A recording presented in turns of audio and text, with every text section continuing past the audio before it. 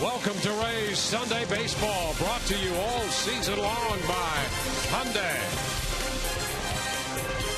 From Tropicana Field, Game 3 of the series between the Rays and the Toronto Blue Jays. The Rays start the day in the American League East, 2 games back of Boston.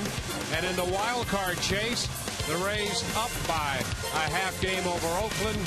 Baltimore running 3 games back. Hi again, everyone. Welcome to an afternoon of Rays baseball with Brian Anderson. I'm Dwayne Stats. Good to have you aboard today. We'll be hearing from Todd in just a few moments. Well, for the Rays, it's all about winning series after series. Today, they'll try to take 2 out of 3 in this series against Toronto, and it will rest with the young right arm of Chris Archer after a great month last month. Off to a slow start this time around, centering on command of the fastball. Yeah, trying to turn this ship around and get back to his form in July, Chris Archer. And really the sample size in August a little bit smaller. 3 starts, but you did have that one that was shortened out in Arizona. And you see the difference in the numbers right there. 4-0 with a .73. A historic month for Chris Archer. August, not as good, and you're right. The command of the fastball has not quite been there. I don't think that he's that far away, though. The few fastballs that he has missed out over the plate, the opposition has made him pay in that. When you look at the month of July, 1 home run given up in 37 innings. The month of August, 13 2/3. He's given up 4 home runs. He gets that fastball back to the outer and inner thirds, he'll be just fine. Well, as the Rays wrap up this homestand, we have had some dramatic moments in this series, centering around Jose Lobaton, both at the plate and behind the plate. And when we come back, Todd investigates.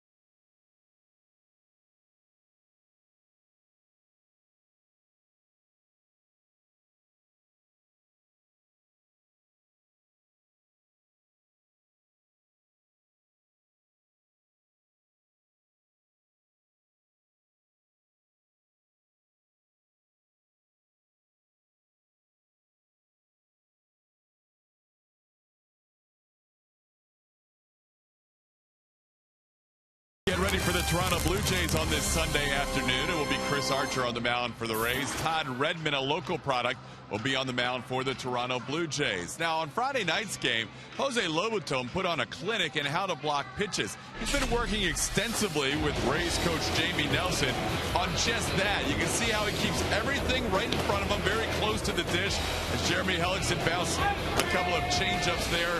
Lobaton made a great pick right here of a Fernando Rodney changeup. We caught up with both Rodney and Joel Peralta about how big of an impact he has made with blocking pitches. They say something down, and they let you know they're ready for that. And you feel comfortable to throw that pitch because it's not easy to block the pitch. Any of us have no problem with throw breaking pitch, man in third base, or, throwing the dirt, because we got a lot of confidence in that guy that he's going to stop that ball. And, I proved that myself. I throw a lot of pitches in the dirt, and it's because I got a lot of confidence in him. And then Lobaton ended up with the game-winning triple, the walk-off fashion on Friday night. So the Rays look to take the series and look to end up with a winning homestand. And Chris Archer will be the key guy tonight on the mound for the Rays, looking to get his first win in August after winning Pitcher of the Month in the month of July. We'll have all the action next right here on Sun Sports.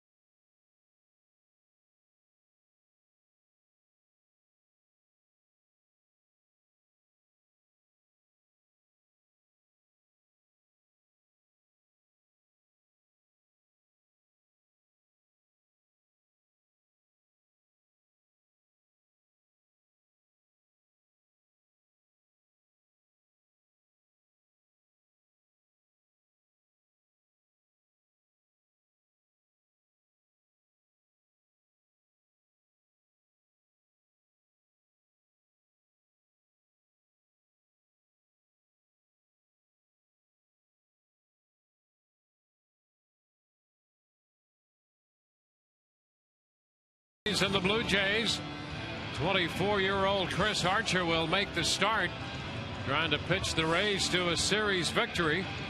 Archer, after his 7th win overall, and after a great month of July, 4-0, off to an 0-2 start in August. And Archer's take on that would be this. It's a game of inches. It's a game of balance. So, I mean, you're going to have outstanding months, and you're going to have, like, where the ball bounces your way. And you're going to have average months where balls don't really bounce your way. But like I've said before, the true test is who you're going to be on the next 5th day.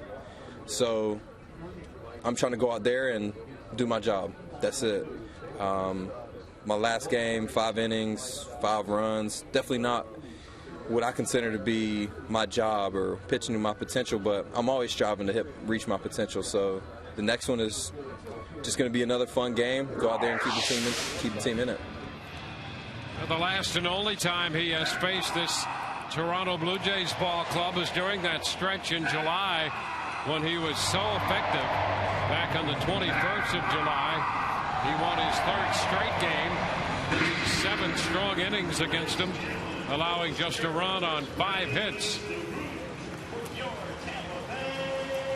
And he goes to the mound, ready to pitch this afternoon.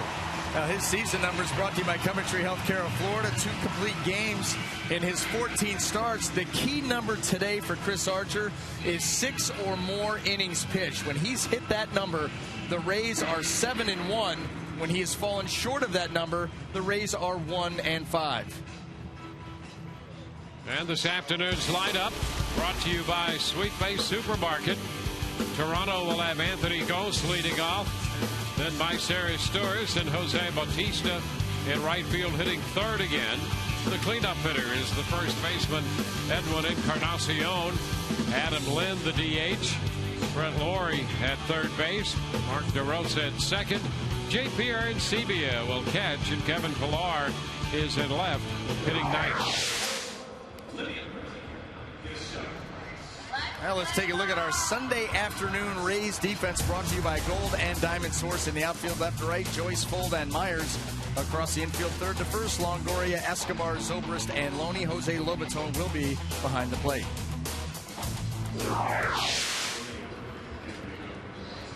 Jose Lobaton will be the battery mate for Chris Archer.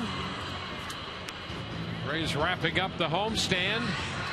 They'll head into Baltimore for a short 3-game trip, and then home against the New York Yankees coming up Friday.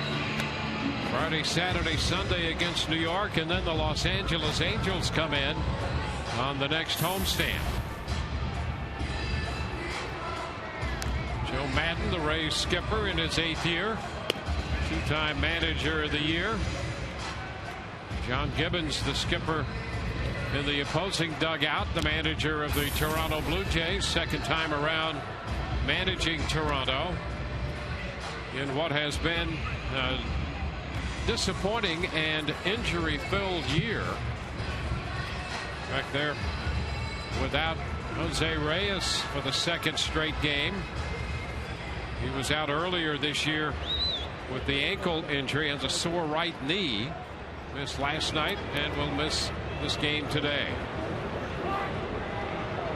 Anthony Gose stepping in, all set, and the first pitch of this game presented by Pinch a Penny, and the fastball misses outside.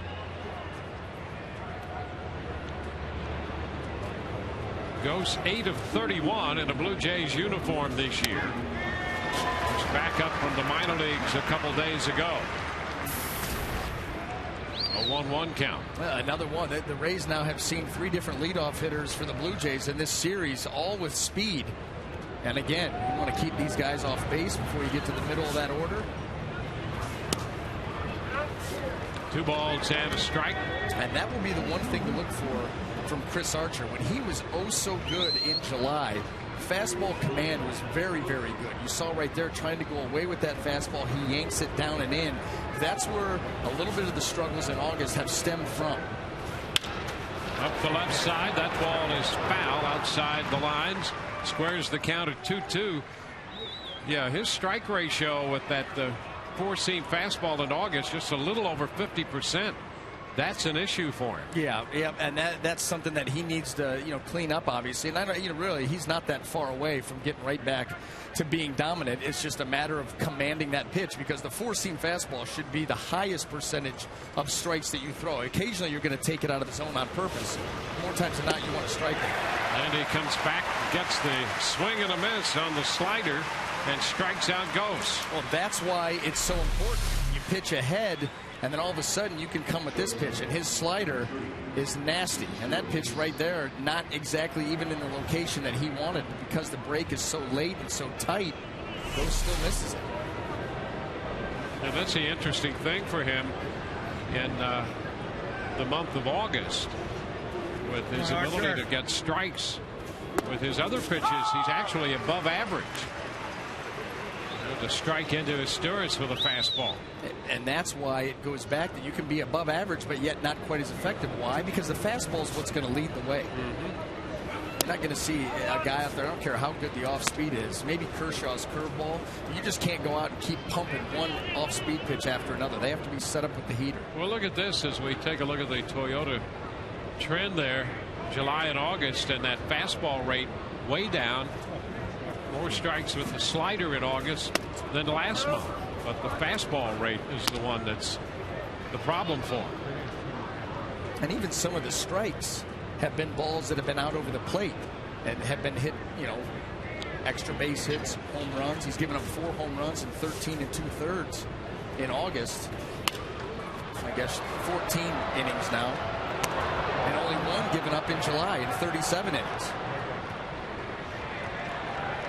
But these are the ebbs and flows of a season, and really August, over 3 starts. But you remember that game in Arizona, we had the forearm tightness and came out of that game only threw an inning and 2/3. So really 2 full starts of the body of work here in August. Down to third base, Longoria up with it. The throw to first in time. Longoria to Loney. 2 gone, and he seems to fully comprehend that in the comments we had from him at the start of our telecast, talking about comparing July to August, the ebbs and flows. He fully understands that's the nature of the beast. I love his final comment where, you know, he said that, but then he said basically who you are as a pitcher is what you're going to do 5 days from now. So you got to learn to put that stuff in the past. And yeah, it hasn't gone exactly like I wanted it, but I get another opportunity with a clear mind, a clean slate, an opportunity to do something good. It's a great mindset to have, and the one you have to have as a starting pitcher. Here's the 1-0 pitch to Jose Bautista. Slider away, off the plate, 2-0. Infield again with the shift on for Bautista. Zobrist on the shortstop side of second. Escobar shaded over in the hole in this shift, and a deep third, and a couple steps toward the line for Longoria. See the lineup right there across the board. You very rarely see that against a right-handed hitter. Bautista, one of the guys the Rays were employed against, and if you've been in the cave the last 3 or 4 months, just let you know the Rays very aggressive with their defensive setups, right down to the certain count. They'll move guys around. Strike on 2-1. And we see that frequently. Joe Madden realigning the defense based on the count on the hitter. Again, he drops it in there. Slider 2-2. That was a front door slider. He starts this at the front hip of Jose Bautista and breaks it over the plate. That's similar to what we saw from Hellickson in his start. He was throwing the curveball front door. Actually struck him out in his first at bat on a very awkward swing on that pitch. And he gets him on the fastball. That one with a little extra on it. Featured the slider to get to 2-2. Struck him out with the old 98 right there. 1-2-3. Bottom of the first coming. No score.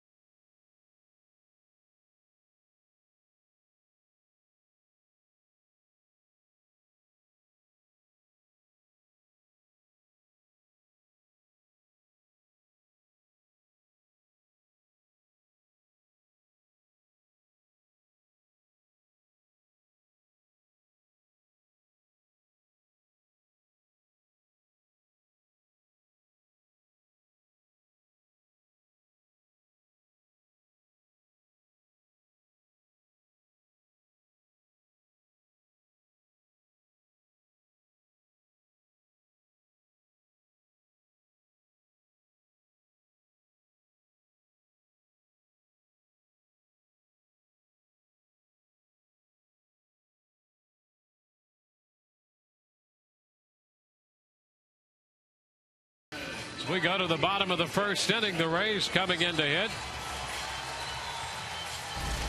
Lineup brought to you by Sweet Bay Supermarket.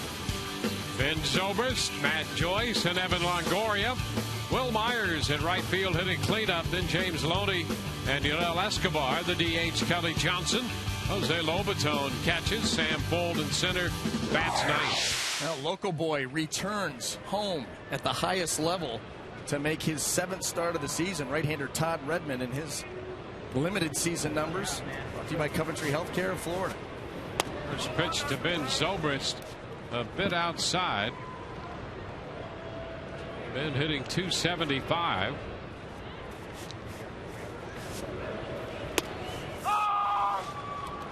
It's in there for a strike.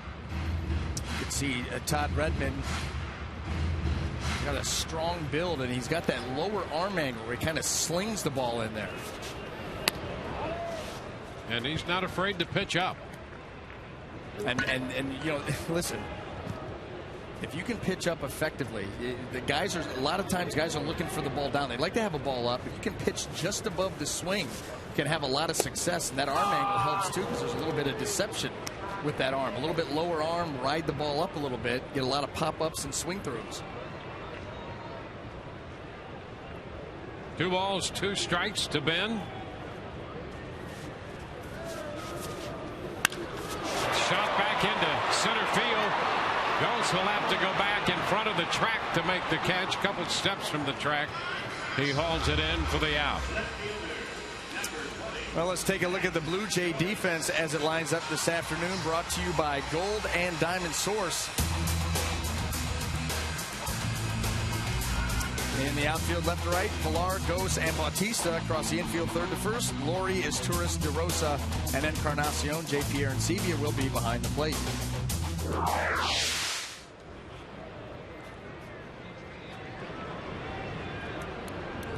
There's Matt Joyce.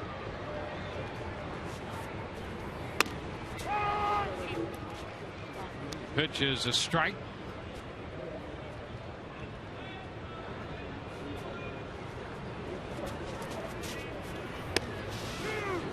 Quick strikes here to Matt.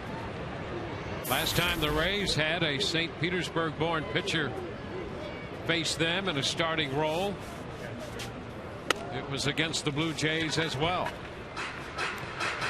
ball, 2 strikes. Jesse Lynch started against the Rays at the end of August in 2008. Todd Redmond pitching for the Blue Jays today. Pop fly into shallow left center. It's Pilar, the left fielder. 2 up and 2 down. Well, the one thing that you already like about Todd Redmond, especially if you're playing behind him, he doesn't waste a whole lot of time. He gets the ball back from Arancibia, and he's right back up on that rubber looking to come into the strike zone. Works quickly. We talk about that all the time. Your infielders, your outfielders, those guys playing behind you, love that. Keeps them into the flow of the game. Evan Longoria takes that pitch, a slider away off the plate.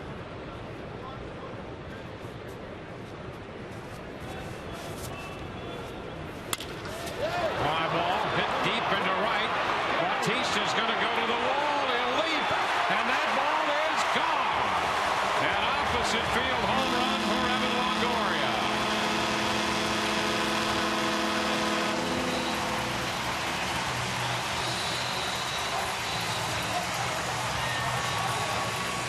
Now that's an encouraging sign right there. Not only the increase in extra base hits for Evan Longoria over the last week and a half, but taking this ball the other way with power.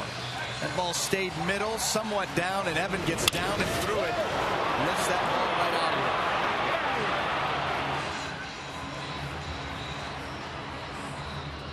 here. Well, there's a look at Bautista. John Gibbons out here. He wants the umpiring crew to take another look at this, so they'll get together and discuss it. Ball wound up in the first row, and it appeared on that replay that it was going to make it over in any case. Certainly did. They may go ahead and review it. Yeah, I mean, take a look at it. That glove looked like it was over the railing, but he caught it up high enough above the yellow lines that, yeah, it certainly appeared that it was going to make it out regardless. So they'll take a look on that drive off the bat of Evan Longoria, which at the moment will be his 24th home run of the year and his 17th solo home run of the year. And here's another look.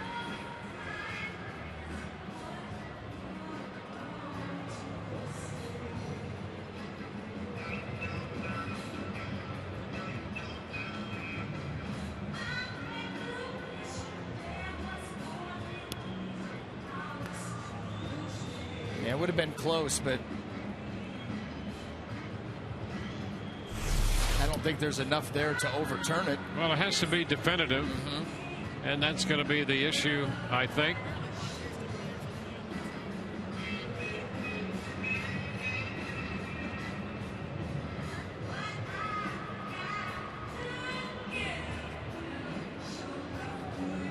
So we're waiting for the umpiring crew to return after reviewing that fly ball.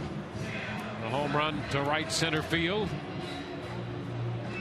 Now that just shows you Longoria and his ability to hit down and through the baseball. That ball was middle of the plate, just above the knees, and someone being summoned.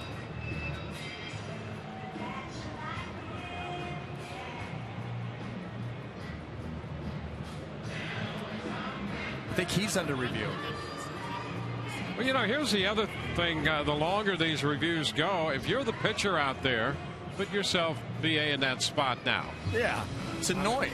And now you've got to go one way or another, face the next hitter after this long delay.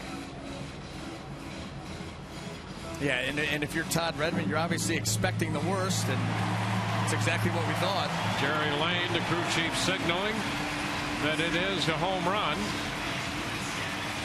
So Longoria puts the Rays on top. A little delayed gratification there as David Price comes over to offer his congratulations.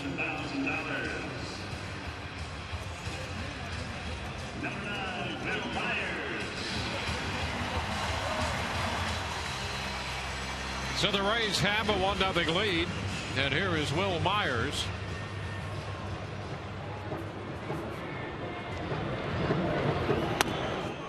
Will takes the pitch upstairs.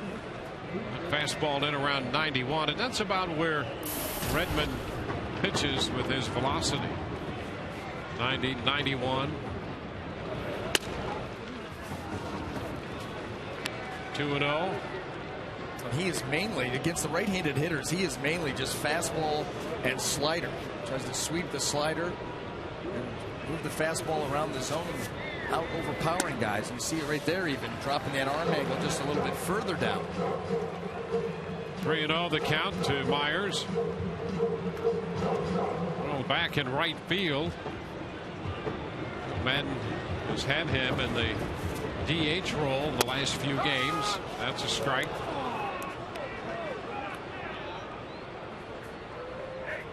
Three and one.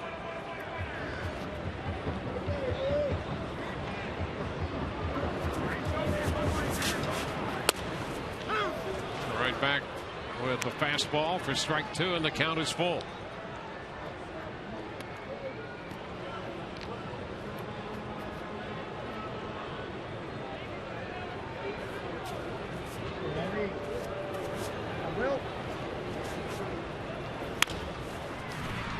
Chopper foul.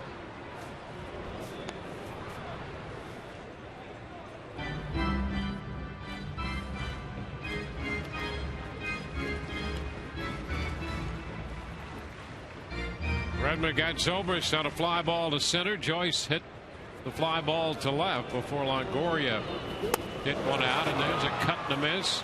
Slider on 3-2, strikes out Myers. Rays get a run on the home run by Evan Longoria, and it's 1-0 Tampa Bay.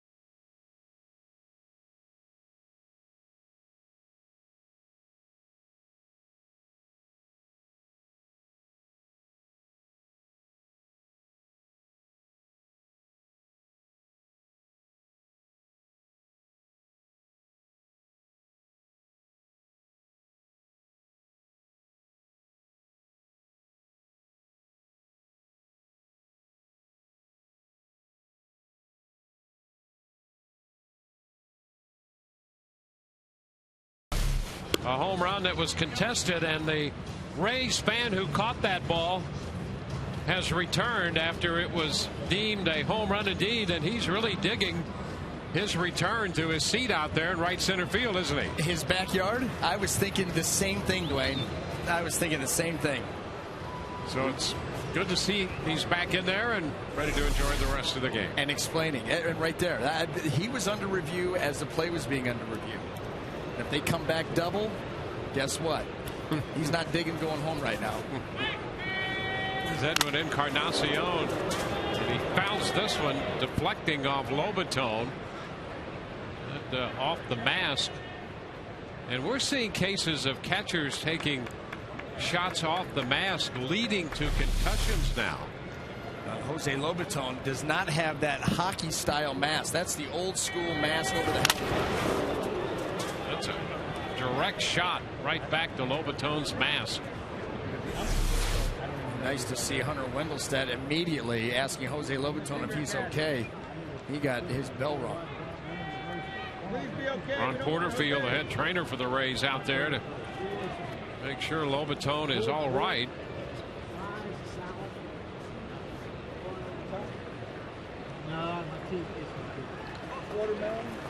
And it appears to be okay.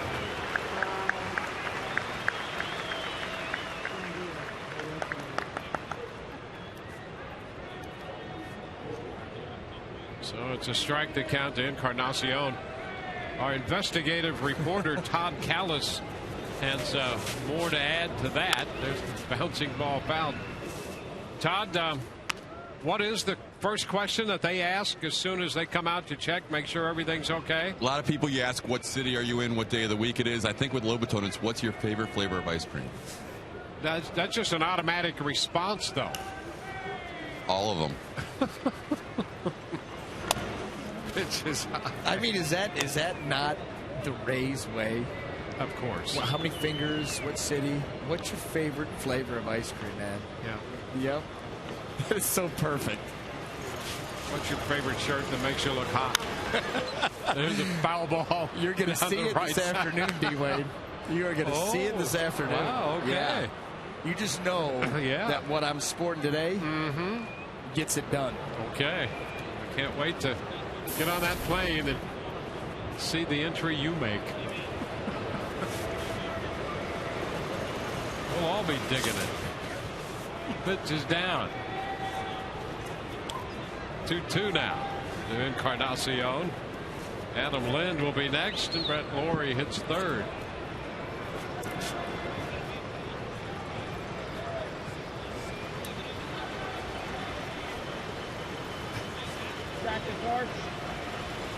Archer had a 1-2-3 first, including a couple strikeouts.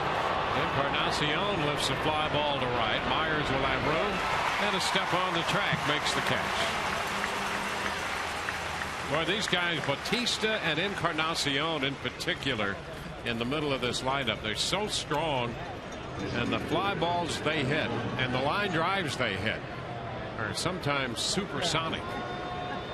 These two guys have combined for 58 home runs, 164 driven in. They are obviously the two huge threats. Not that there aren't a bunch of other guys like Adam Lind, who hit 2 home runs last night. Brett Lawrie is swinging a hot bat, but you immediately gravitate to those 2 big power hitters at 3 and 4. Strike one to Lind. Fastball in there at 95. Brett Lawrie, he has really been hot since the All-Star break.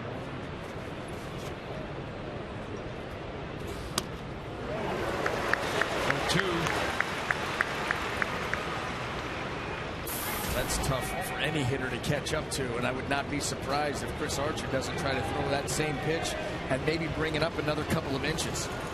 It'd be a good play here on 0-2.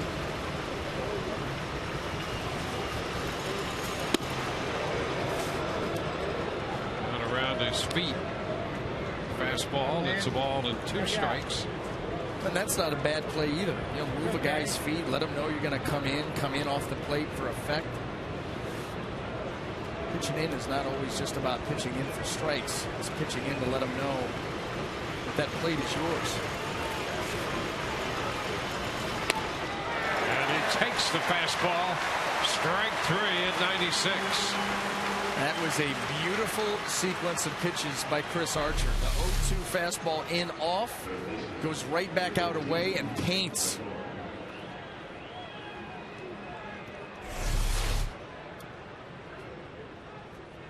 And even though one was a ball and one was a strike, that was fastball command. Did exactly what he wanted with both pitches. Brett Lawrie after the first pitch, and he pops it foul. That's going to come straight back and is out of play. Lawrie with a couple of hits last night, an RBI single, and later a double and a run scored. The other thing that's happened with Lawrie, you know, they played him around second base a lot. Moved him back to third. There's a liner in the center, hangs up. Sam Cole runs under it to make the catch. Bottom of the second coming, 1-0 Rays.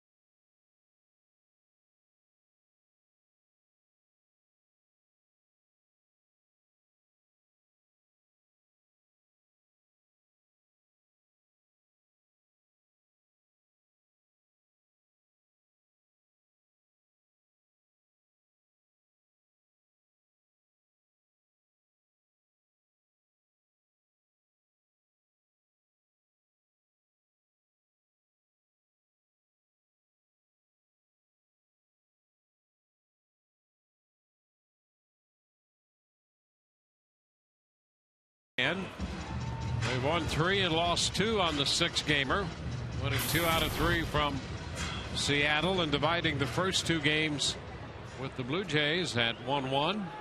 James Loney leads off the second inning for the Rays. Loney, the 6th leading hitter in the American League, takes a strike. Loney in at .310. 10 home runs and 55 runs batted in. Facing St. Petersburg native Todd Redmond. 2. Redmond last pitched on the 13th against Boston. 5 1/3 innings of 3-hit baseball.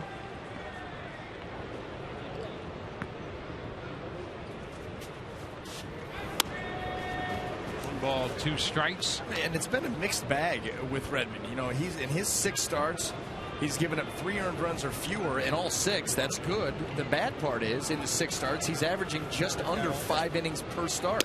You saw there he made 94 pitches in 5 1/3 against Boston. Struck out 5 in that game, and he can run some strikeout totals. And that comes with the deception of that arm angle, not by the pure power. Just low 90s at best with the fastball, but has that deceptive low angle, will run the ball up in the zone, gets a lot of swings and misses up there. He was originally signed by the Pittsburgh Pirates.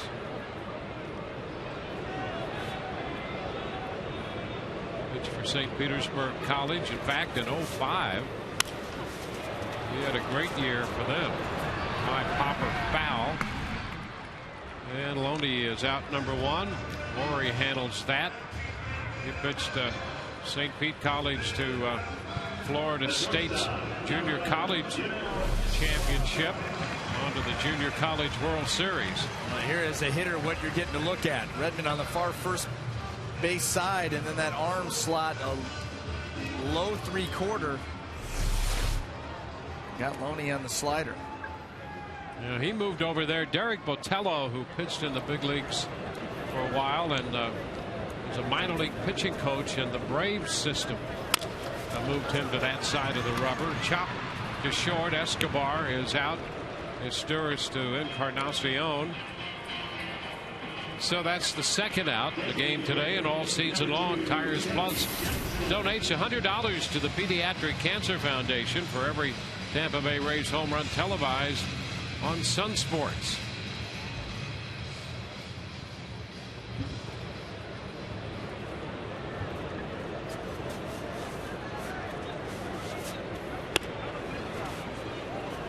It's inside to Kelly. Johnson up there 1-0.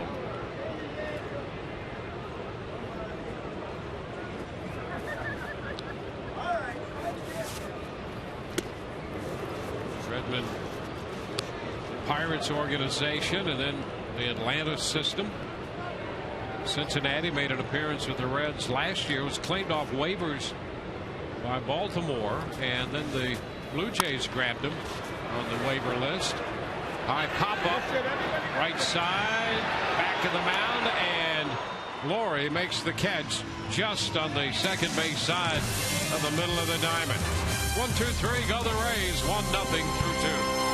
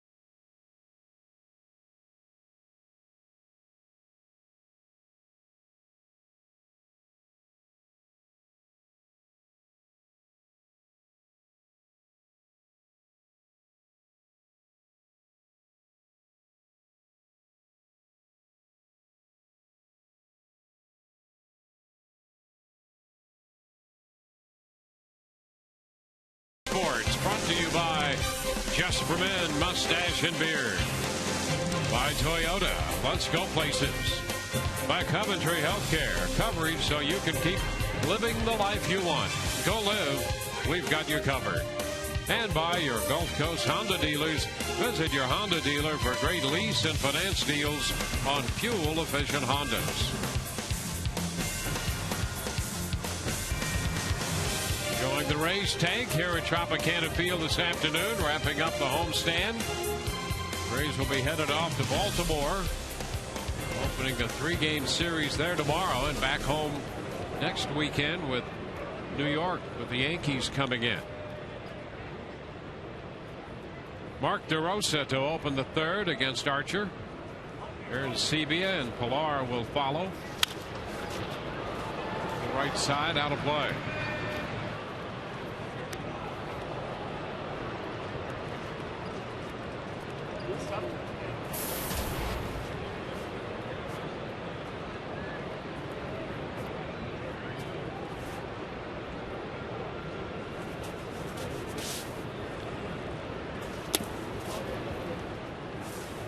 1-1.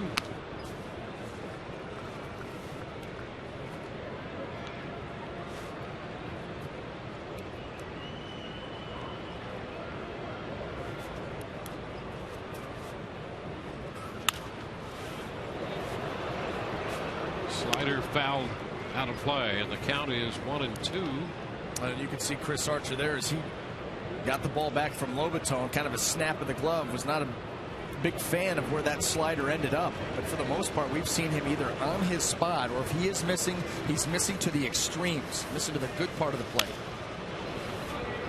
He's back with one there, and DeRosa stays alive.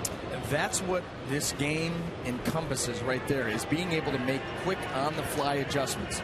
Previous slider was fouled off, but it kind of hung, stayed in the middle of the plate. He goes right back to the mound, goes right back to that pitch, and throws a very good one. Nice job by DeRosa to spoil it. Ground ball out to Zobrist for the first out here in the third inning. Let's check in with Todd Callis right now. Todd? Dwayne, you may remember July 14th, Carly Rae Jepsen was here performing after the game and also throwing out the ceremonial first pitch. As first pitches go, it's our AT&T Twitter poll question of the day. We've never had a 100% vote on any of our Twitter poll questions, but today could be it, because look at that, Victoria Justice today. Wow. How about that? She's performing after the game, and a perfect strike to Alex Torres. So you've got hashtag TB1, Carly Rae Jepsen, hashtag TB2, Victoria Justice. Who had the better first pitch? Tweet your votes to @SunSportsRays, guys. Yeah, Victoria Justice, great command right there with that first pitch. I mean, right down Broadway. Here's the deal. When you talk about a lack of effort put into the poll today. I mean, I understand. I love the concept if both of them were shaky. But you had one that almost blew out Matt Moore's knee. And then you had one right down the Broadway. Right strike, right down the middle. Perfect. Didn't move the glove. You know, it's going to depend on what mood our viewers are in as to which one they go for. Yeah, and it's up to their judgment. Are they going to say the better one was the strike, or the better one was the train wreck, the laugh? Yeah. Almost. So are we going for technique and execution, or are we going for entertainment value? Guffaws. Guffaws indeed. We've been guilty of that from time to time ourselves. Second inning. That's right. And most of last night. 2 balls, 2 strikes. Foul ball again by J.P. Arencibia.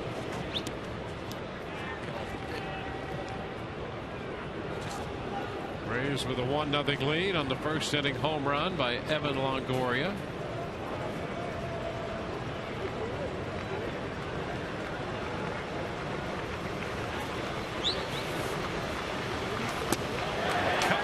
Arencibia missed the fastball. That was at 98 and down. Take a look at this one. Yeah, down and away. This ball not even close to being a strike, but say it time and time again, guys are more willing to expand that zone when they are behind in the count, and certainly Arencibia did on this fastball. Well, what we've seen so far this afternoon is the Chris Archer of July. It's been very good. Retiring the first 8, striking out 4 of them. Pitch is a strike to Kevin Pillar.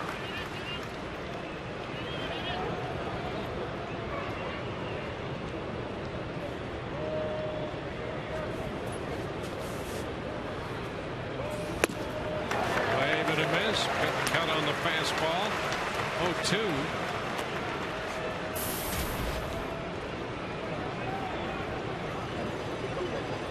6 of 9 first pitch strikes for Archer. He's ahead of Pillar. 0-2. Chopped to third. Oh, nice backhanded pick there by Longoria to throw out Pillar, and it's a 1-2-3 inning. Couple ground balls sandwiched around the strikeout, and a very good play at third by Evan. 1-0 Tampa Bay, mid-3.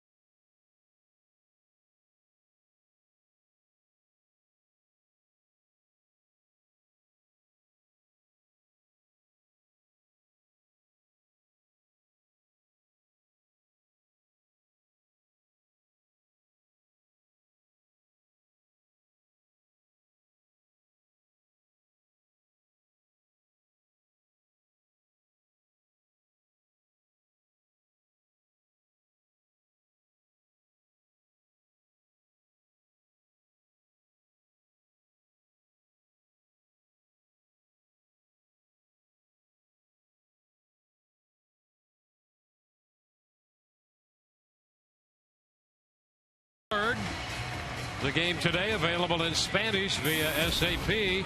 Brought to you by Coventry Healthcare of Florida.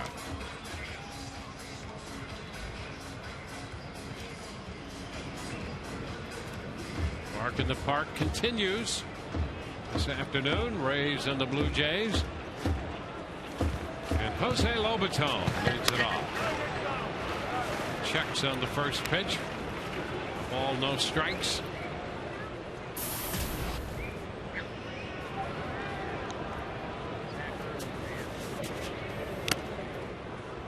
Todd Redmond on the mound for Toronto.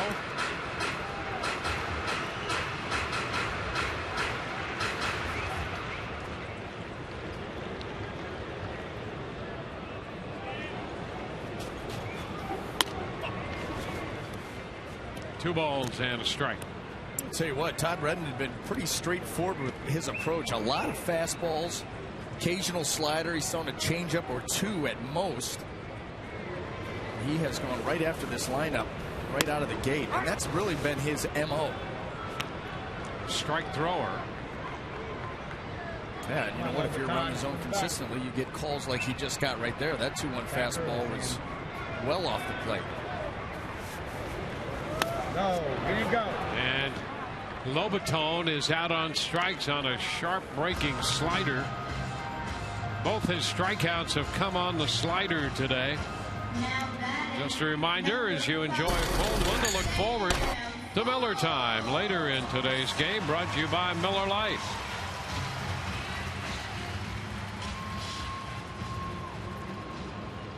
Now, let me ask you something, Dwayne. If you were a civilian, do you bring your dog to bark in the park? Could you pull that off all day long? A civilian. A civilian, really? I don't know. Want to know? No, I don't have a dog. If you didn't have a credential. I only have a horse. Oh, yeah. So we don't have a dog. Yeah. But you would, and you could. I don't know if I would, though. I could. Lizzie Marie. She's a great dog. She's a wonderful dog. Tap right back to Redmond. Problem is, it's a female Rottweiler that freaks people out. They have a bad reputation, but they are. You raise them correctly, train them correctly. They are wonderful, wonderful dogs. The same, and RV. Oh, that's RV's dog right there. Yeah. Yeah. And that looks like a very well-trained dog and right Carly there. from his office. I mean, yeah, right there in the press box. Rick Vaughn, the VP. So I could have done it. Yes. But could. I don't know. I don't know if I would have wanted to pull that off all day long. Well, you're working. It's true. Although we could have put her right back here. She'd just curl up.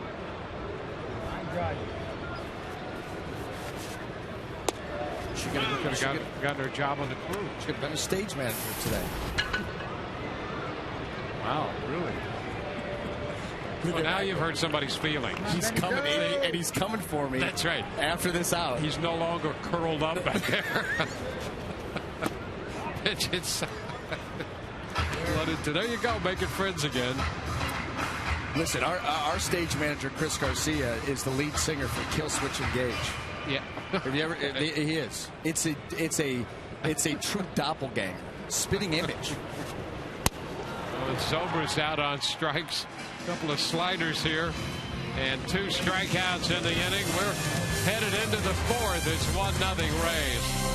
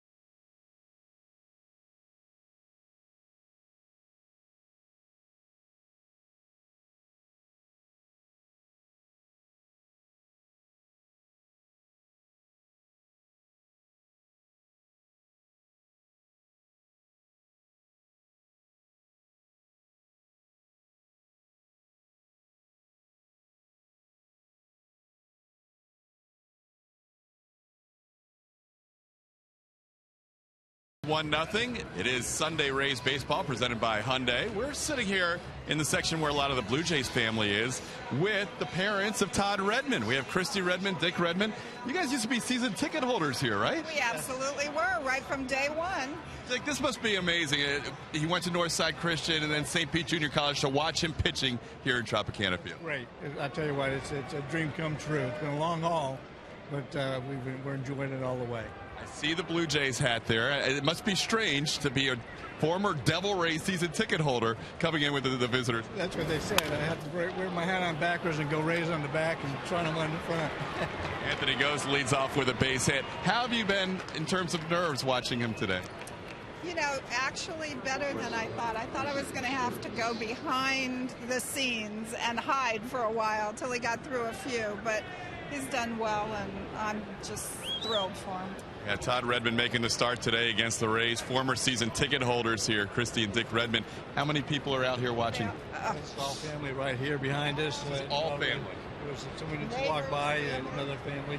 Scout that was initiated being seen and being drafted with the Pirates. Throw gets away on the stolen base by Anthony Goes, runner on second. So the scout that originally looked at him out right behind you. Out of high school. Out of high school. Yep. How are you? Tom, nice to meet you. So there you go, guys. We've got the scout who first saw him at Northside Christian. We've got family and friends. A lot of people out here watching. About 50, you said? Oh, at least. I keep running into more that stop by and just wave and say hi. Congratulations. And he used to come out to the games, right, when you guys had the season ticket? Bats and line cards and everything else. He was a pest. He was always there. He was collecting autographs. All autographs. We had to bring him 2.5 hours ahead so that he could be the first one to run down. Or in the early days, you could kind of hang around the dugout a little bit. And he would ask for lineup cards and broken bats, and most times he left with them. Well, I think he can grab whatever he needs today. Congratulations. It's quite a moment for you guys. Guys, the kid who used to show up early at the ball games here at Tropicana Field, now on the mound for the Blue Jays today. Back to you. Yeah, that's a great story, and as nerve-wracking as it might be, congratulations to Dick and Christy, Todd's family, his parents. What a great experience it is for them to have him pitch in the major leagues here today. Time now for the Just for Men Mustache and Beard Play Like a Champ profile. As we referenced briefly earlier, Todd Redmond here, the fourth St. Pete-born pitcher to start at Tropicana Field, and the first since Jesse Lynch, who actually made 3 starts against the Rays. Boot Bonzer in that list. And, of course, Doug Wechter, hometown guy who pitched here for the Rays. With a strike to Isturis, and the count 3-1. And today, Todd Redmond.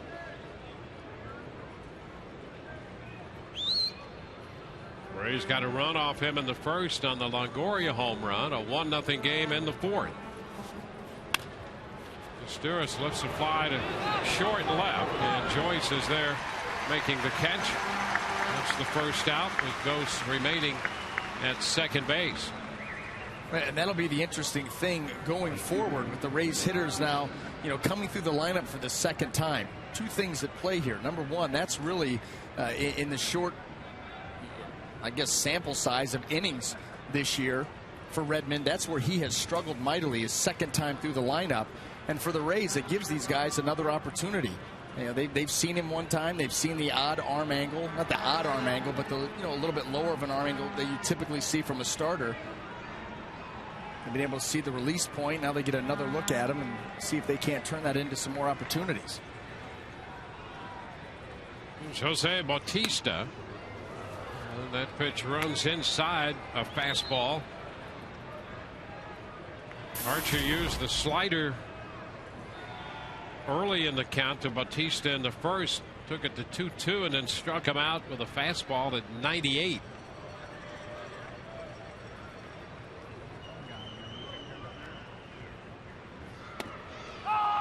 Picks up the zone around the knees. It's 1-1. And if you'll remember, that slider was the front door slider. That was the Mike Jackson, the old reliever, his specialty, that front door slider. Throws it right at you. The hitter freezes. You break it right over the inside corner. And then took the fastball away. So he is moving the ball all over the zone with all of his pitches. turn, but nothing doing back there at second base. Love the sell job, though. The sell job is what will get these guys to dive back in, and there is a split second where you feel pretty good about making a guy do that, to be honest with you. Tap foul. Yeah, it made me feel good when you mentioned Mike Jackson as the old pitcher. Yeah, and if I could just indulge for a moment, he was maybe one of the first guys who got to the big leagues and came up to me and said, "Boy, I used to listen to you when I was a little kid," and now you're referring to him as the old pitcher. Thanks a lot. I'll tell you what, I have alienated everybody on the crew so far. Between the pregame show and now, I'm running at a high deficit. That's, Sunday afternoon. Back to second, and Ghost is back in there. Monday starts a new work week. Thank goodness. Yeah.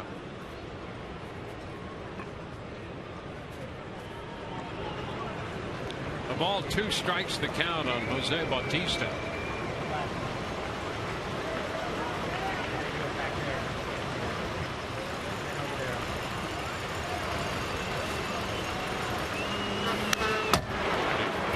Fastball, took a rip. He scares you. Yeah. He just scares you, that's all. Yeah. I mean, he gets up there coiled like a snake, high hands, right on top of the plate. And that kind of a swing straight back at 97.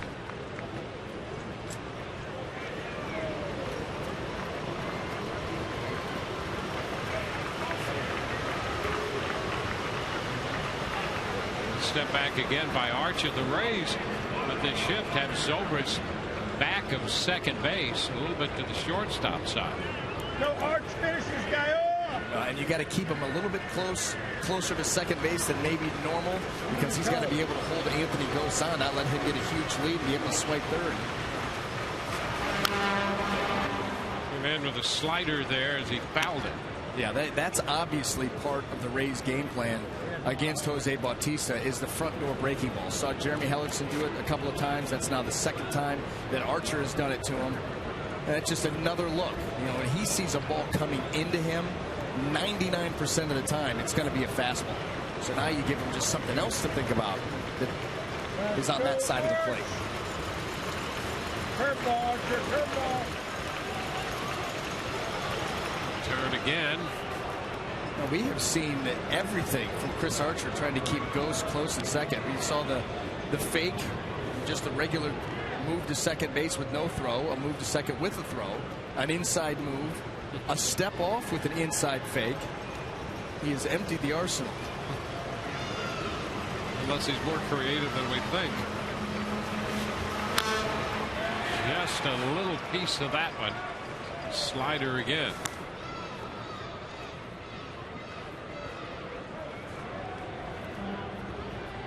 Archer retired the first 9 to face him. Ghost picked up the base hit. A stolen second. And you wonder right there, Chris Archer, you see him standing there with the eyes closed, a couple deep breaths, visualizing this next pitch and what he wants to do with it.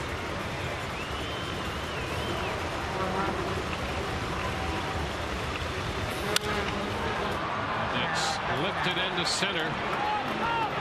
Bold is there, not overly deep, makes the catch, a tag by Ghost, headed to third. He is safe at third on a close play. Ball not overly deep. He challenged Bold, and it was a close play at third. I'm going to tell you something. That speaks more to Anthony Gose's speed than anything else, because Sam Fuld has a good throwing arm. And he gets into this strong, low throw, one hop to Longoria, and Ghost still able to get in there. You see Longoria had to pull that. He would fielded that ball off the glove side. See how far he's got to reach? And that slight delay allowed Ghost to get in there, but that was a gutsy move. In fact, when he's tagged up, I thought, well, here's your third out. Fuld will gun him at third, no doubt. He sneaks in, and Sam's not very happy right now. So Ghost winds up at third with 2 outs. Edwin Encarnacion steps in.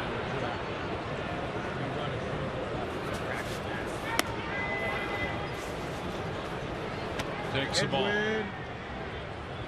Archer finally got Bautista on the fly ball with a fastball, but used the slider on his way there. Encarnacion, a fly ball to the warning track in right field in the second inning.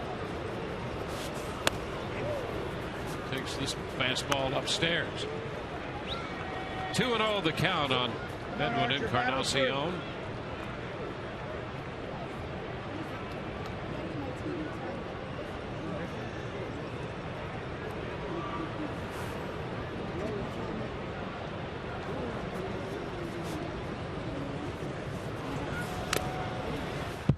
Two and one.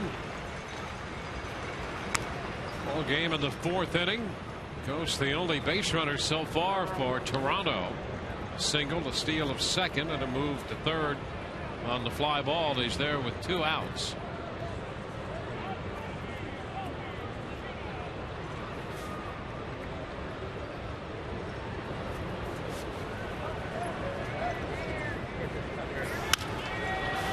It's out of play. We'll take the count to 2-2. Chris Archer thinking through each pitch, trying to pitch out of this inning here with 2 outs. That is a great idea, I thought, with the 2-0 slider. Get back in the count, then you come with the fastball. And when you do that to a hitter, you throw that 2-0 slider, you put a little bit of doubt in his mind, like, well, if he's willing to throw that 2-0,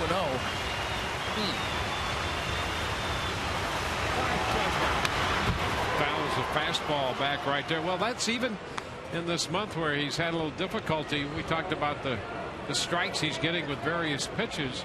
He's over 70% with the slider. And so the confidence obviously running sky high with that pitch. And he does have a very good one. That's the thing about it. When the changeup, as that continues to come around for him, have quite the arsenal to work with. A nice stop by Longoria, by Lobaton right there, and the count is full. He looked like Longoria with the backhand. Yep. Look at this. Again, saving another run. And this is, by the way, you're setting up for a fastball in and probably assuming, you know what, fastball, he's not going to bounce the fastball. Well, he did on the other side of the plate and still made the play. I'm not sure. I mean, he saved the run. I'm not sure if that qualifies as a run blocked out. Run prevention. Yeah. Fly ball into left. Joyce back. He's going to have plenty of room and makes the catch. 3-2 slider. No runs. A hit. The man left. At third, we got to the bottom of the fourth. 1-0 Rays.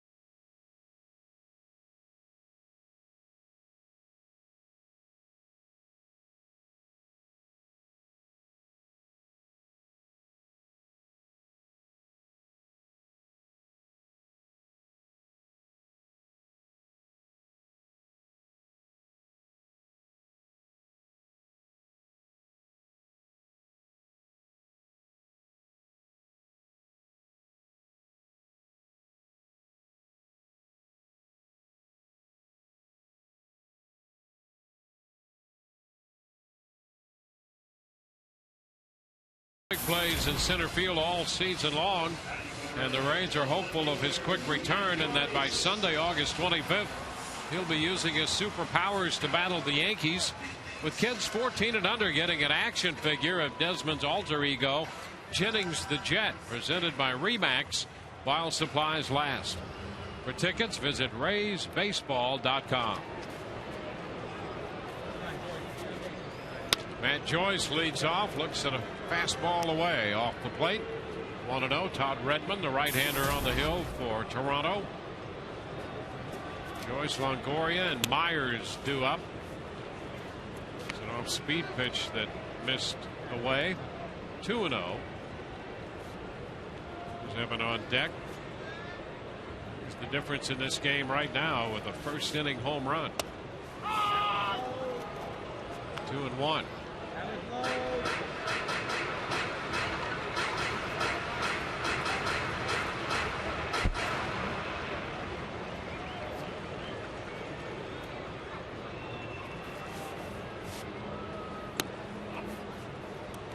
Matt is in a good hitter's count at 3-1 here against Redmond.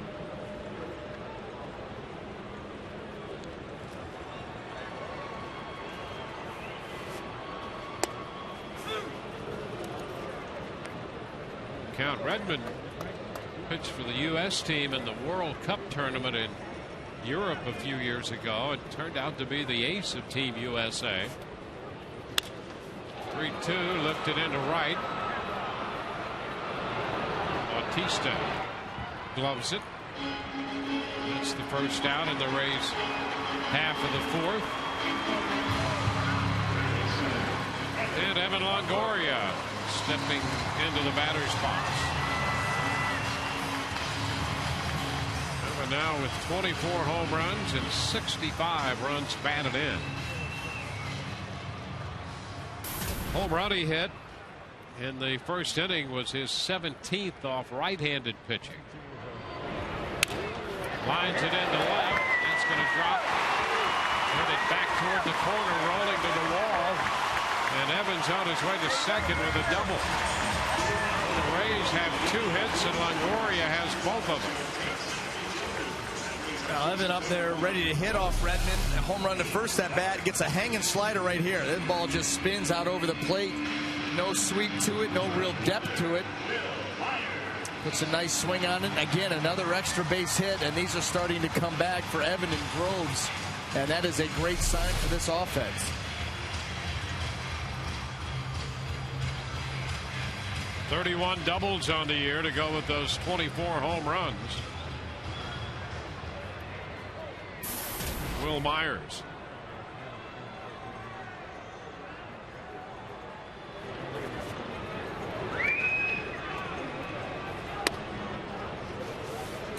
We need to run. All those strikes.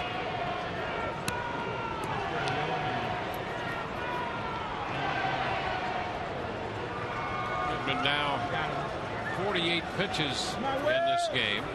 His pitch breakdown. First 45 pitches, the opposition just 135, and beyond that, 297.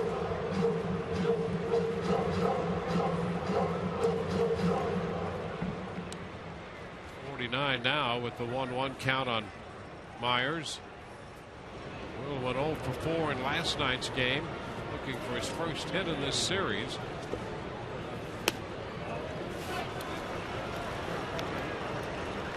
Two and 1. 0 for 9 against the Blue Jays in the series.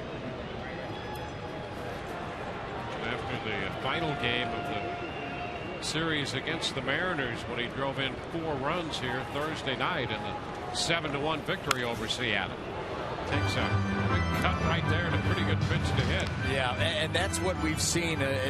Pitches that have been mistakes to Will Myers that have been out over the plate, whether it be the fastball, whether it be the breaking ball, he's just missed, just fouling him off. And that has been the difference, because those are pitches in the past that he has hit very, very hard. Even if they went for outs, they were scorched.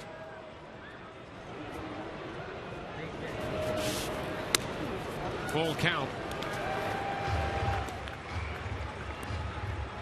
Yeah, that seems to be the nature of hitting. Yep. You're not, I mean, listen, these guys go through little slumps every now and then, even if they're mini slumps. They just, their pitch, they don't get it.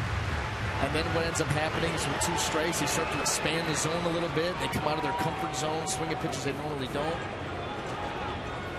3-2, ground ball to short. Longoria has to stay at second.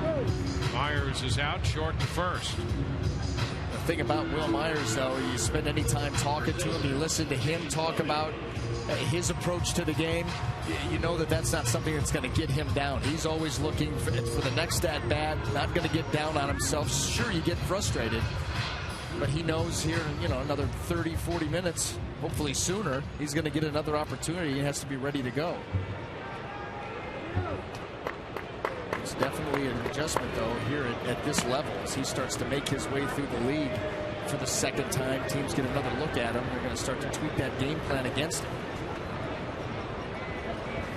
James Loney trying to give the Rays an additional run, and the first pitch is a fastball in.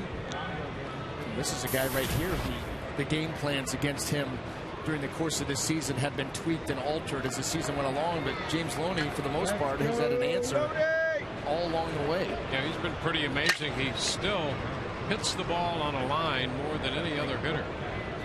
And that's all you want to do. As a hitter, solid contact, line drives. You do that enough, there's going to be enough of them that fall in. Every now and then you're going to catch one crisp. You're going to get it out of the park. He hits the ball hard all over the field, and then occasionally, as we've seen him launch a few, he can hit the ball out of sight.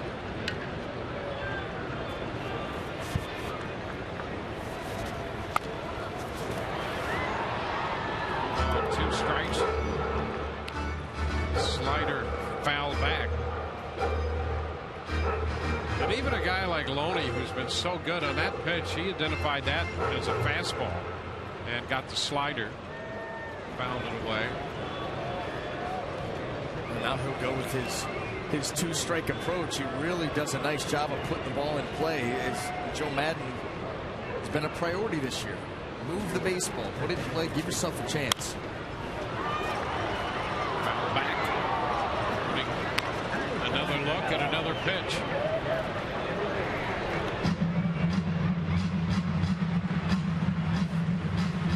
Hits for the Rays and a run. 1 hit, no runs for Toronto. Hey guys, we need more than 1 run. Let's go. Longo's got both hits.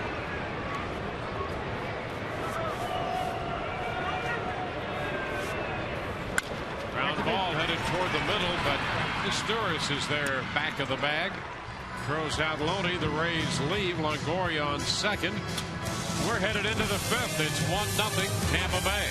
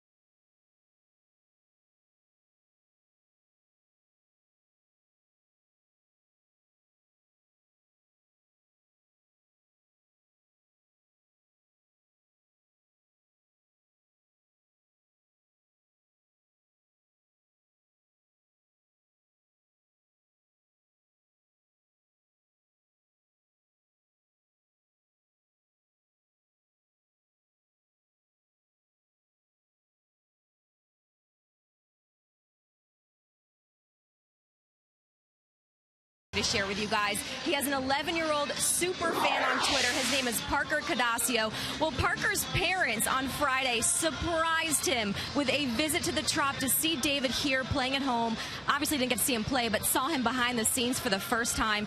He tweeted throughout his journey. That's just one of those photos. And I'll tell you what, David describes Parker as absolutely selfless. For Parker's 11th birthday party, instead of gifts, he requested money from his friends and donated all of it to David Price's charity. Very special bond there, guys. Adam Land opens the 5th inning. A ball and no strikes. That pitch missing. Land, Laurie, and then DeRosa. High fly ball back into left center. Joyce will go to the wall. That's got some carry, but Joyce stays with it, making the catch. Matt Joyce back on the track and a leap toward the 370 marker. And did a great job of tracking it. Got to go back and make one final adjustment right there. And then the little leap and the catch right at the 370 sign.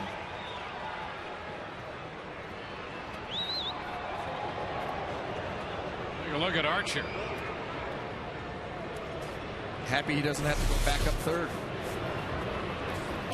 Brett Laurie, the slider to him is down. Well, these Blue Jays have some strong hitters in the middle of their lineup, starting with Bautista, and Lynn hit that one a long way to the opposite field, but Joyce got there. Nice catch by the Rays left fielder. 2-0. Count on Laurie. And the whole dynamic of the inning changes. Imagine right now, Laurie up, runner on second, nobody out. Real good chance Toronto could tie this game and maybe even start to piece some things together. You get a nice play and pop up foul. Lobaton's after it and makes the catch. And Loney closing, and even Archer off the mound was down there, but Jose Lobaton grabbed it. And you're right about that. That catch by Joyce out there. The Rays got a double in the bottom of the 4th. Left the guy. Now if the Blue Jays open with an extra base, the dynamic does change. Yep, you got a chance to put something together. Laurie, he pops out there, but who knows how Archer would have pitched to him with a runner at second and what would have happened. Now instead of that, you've got 2 outs, nobody on. Mark DeRosa chops it over Archer's head, backhanded by Zobrist, and the throw to first turns out to be a very quick inning here in the top half of the 5th. 1-0 Rays.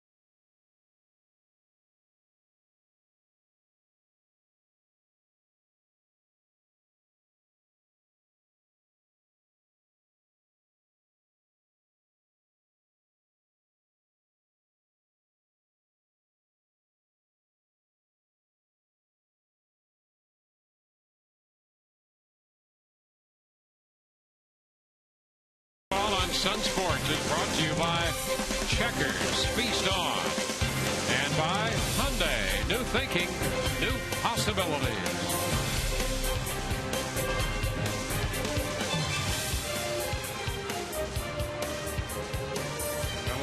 wind and light rain outside Tropicana Field as we move into the bottom of the fifth. Yadel Escobar leads off against Todd Redmond. Slider stays up and in a little bit. 1-0. St. Petersburg native of Redmond. Finds a strike zone with a fastball. It's 1-1. A run, 2 hits for the Rays. No walks from Redmond. And he has picked up 3 strikeouts to this point. 1-2.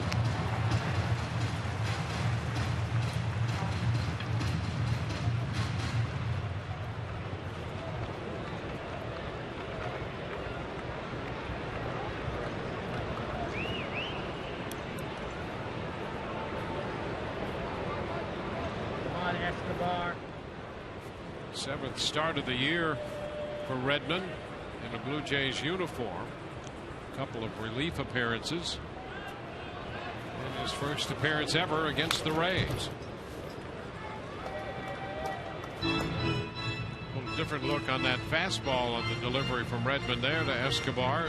Escobar managed to foul it back.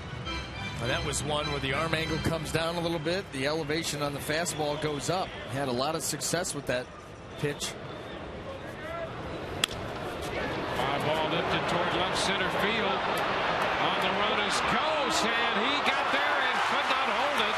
Gose and Pilar crisscrossing into second, making the turn, and stopping there is Escobar. That ball had some hang time. Gose got over there and made it very close. Well, both of these guys, and this isn't about communication here. This is 2 guys covering a lot of ground to get there. And you see right here at the end, Gose just not able to keep it in that glove. Look how close. Well, the gloves actually bang, and then his glove bangs into Pilar's chest. Well, you're fortunate. You take the double to avoid the injury. I mean, you could have really had some racked up guys right there. Escobar gets a double, his 19th. Now the pitch to Johnson. He lifts the fly ball to center. Escobar tags, but will hang on at second. And Gose shows a pretty good arm on the throw to third. Well, these guys had the same line. Gose and Pilar, the same line to the baseball. The gloves actually bang into each other, and just very fortunate no one ended up injured on that play.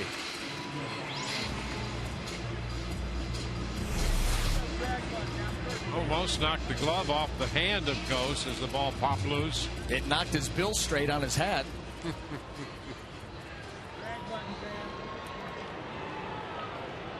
These two scared straight.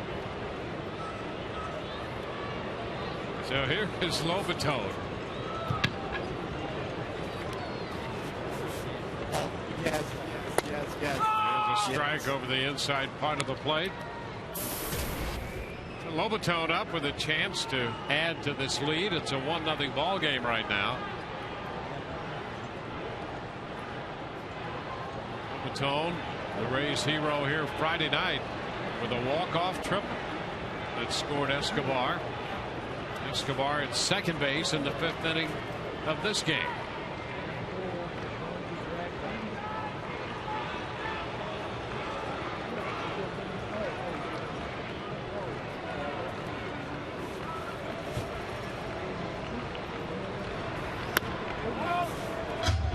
One ball, 1 strike.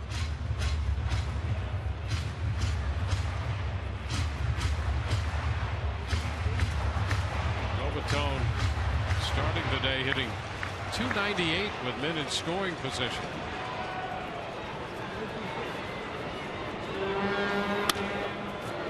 We've seen his confidence build as the season progressed, both behind the plate and with a bat in his hand in the batter's box. Oh, that confidence obviously coming from results. The results have come from the fact that he's willing to work, and he has worked his tail off.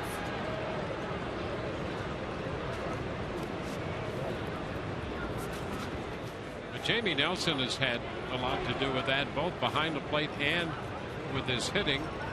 Eric Shelton, the Rays hitting coach, involved in the offensive side of things as well. And Shelton, one of the first guys to give kudos to Jamie Nelson for the extra work he's put in with Lobaton. Still 1-2 to Jose. Out there all the time working defensively, and obviously you're spending that much time with a guy, working in a specific position. The hitting's going to come up too. You start working on that aspect, and what complicates things is Lobaton being a switch hitter. You got to work from both sides.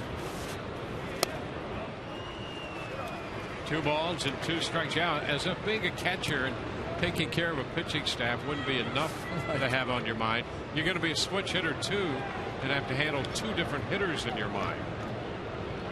That's pretty complicated. It really is.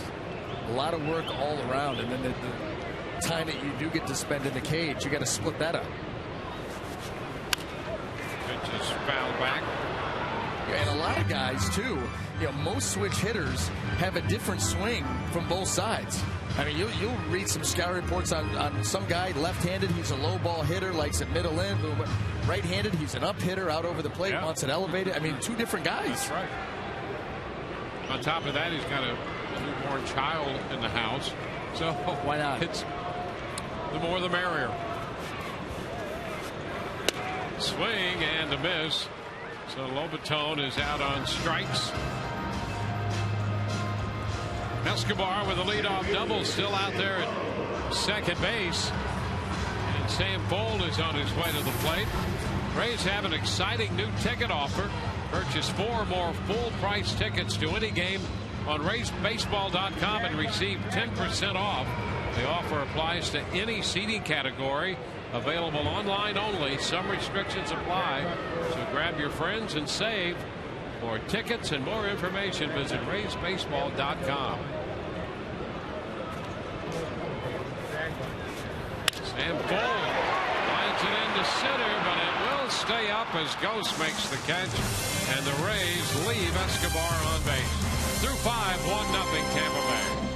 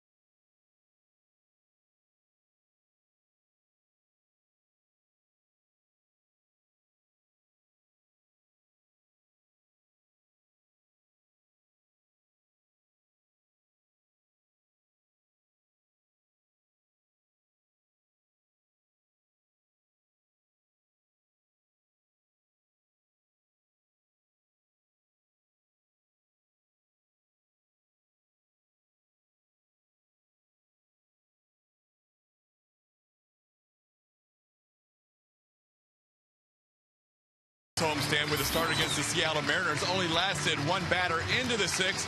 Earlier, Dwayne and B.A. referenced his fastball percentage for strikes in the month of August. Here's what Chris thought happened towards the end of last game. My fastball command kind of faded towards the end of the game, and that's just mental. Has nothing to do with my physical ability. Just need to continue to stay sharp mentally, and I'll be all right. Is this what you've said before, kind of a reminder with Evan saying this game was always out there to humble you? Oh, no doubt. No doubt. And that's just balance, like I said. Every great thing in life has balance. You're going to have your ups and downs. So his pitch count in better order today than it was last game, guys, as he heads into the 6th. Yeah, nice 67 pitches through 5 innings. 4 strikeouts, no walks. He starts J.P. Arencibia with a fastball. 1-0 the count. He struck him out in the 3rd inning. Put the 2-2 and then got him on a 98-mile-per-hour fastball down and away that Arencibia chased. 2 balls, no strikes. Kevin Pillar next, and then back around to the top of the order. Anthony Ghost due to hit 3rd. High pop foul. That's going to be out of play. One thing that has really jumped out at me today for Chris Archer's outing is the fastball command, obviously much improved, but you're not going to go out and throw 67 pitches and have him go exactly where you want him. What he has done is when he's missed where you want to miss, off the plate. He's missed further down. He's gone up, out over the plate. He's missed way up. He's not made the mistakes in the heart of the plate. And how about the location of that last pitch? Down and away with a fastball well located. Arencibia chased the ball off the plate, a fastball out there his first time. And lifts this one into center. Sam Fold coming in to shallow center to make the catch. That was a great setup job, even for that slider. You throw the fastball to that zone out there, down and away for 2 strikes, and then you come with the slider, and your mindset is just throw it to the same spot. If I throw it to the same spot, it's going to start there, and then that break going to start, and you're going to get a guy that's just a little bit out of sync with his swing. The ball off the end of the bat, you get a weak little pop-up into center field. That's what he's done a great job, setting up pitches and missing to the right spots. Kevin Pillar up there takes a fastball a little bit off the plate.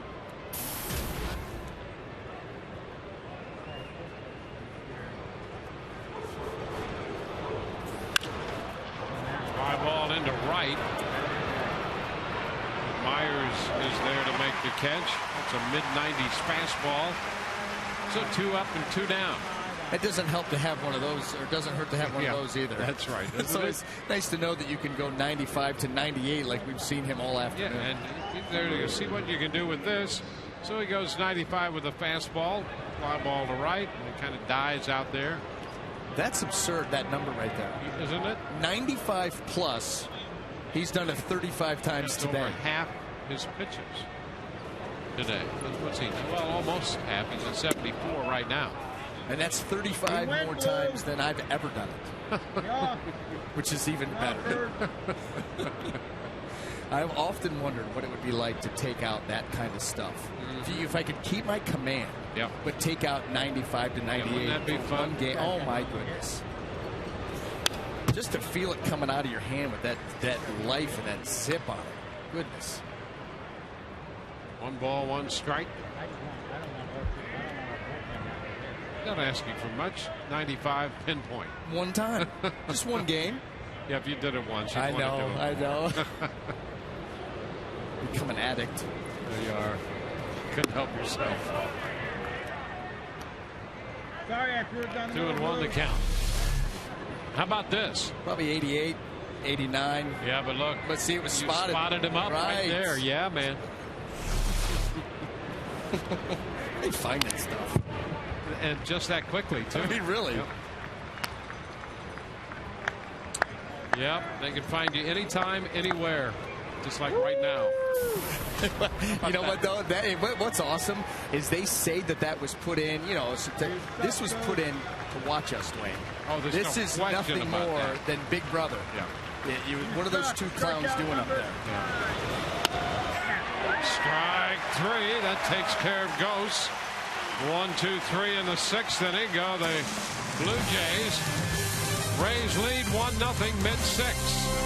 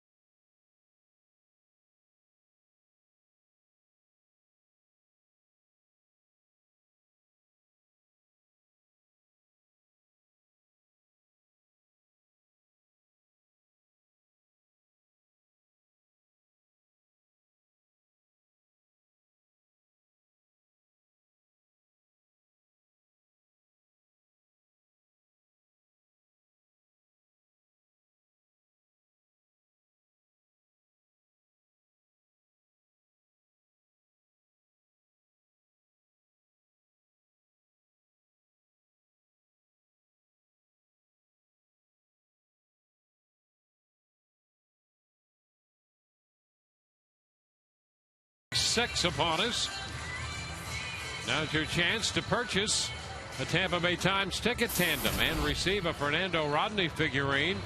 Offer available for the Rays series coming up against the Yankees August 23rd through the 25th. Buy yours now while supplies last. To purchase, visit RaysBaseball.com/tandem.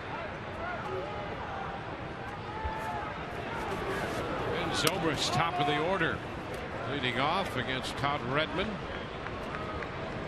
And looking for his first hit. Rays have 3 hits, 3 extra base hits, and 1 run off Redmond.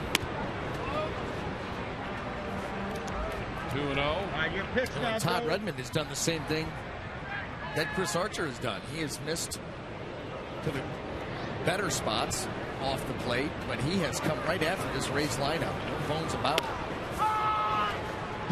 2-1. And he's not featuring 95 to 98.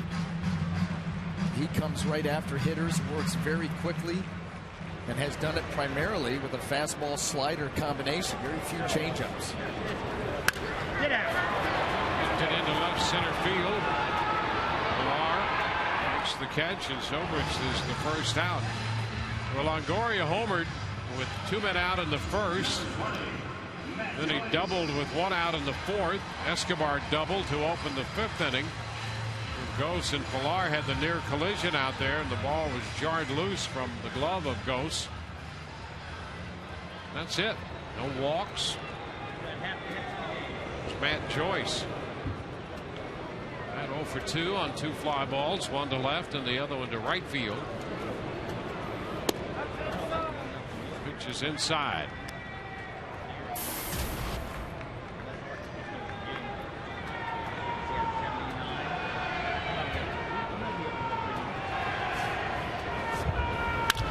Line drive, right field. Bautista on the move, over his head. 1 hop and off the wall. Bautista bobbles it a moment, but it will be a double, a stand-up 2-base hit for Joyce.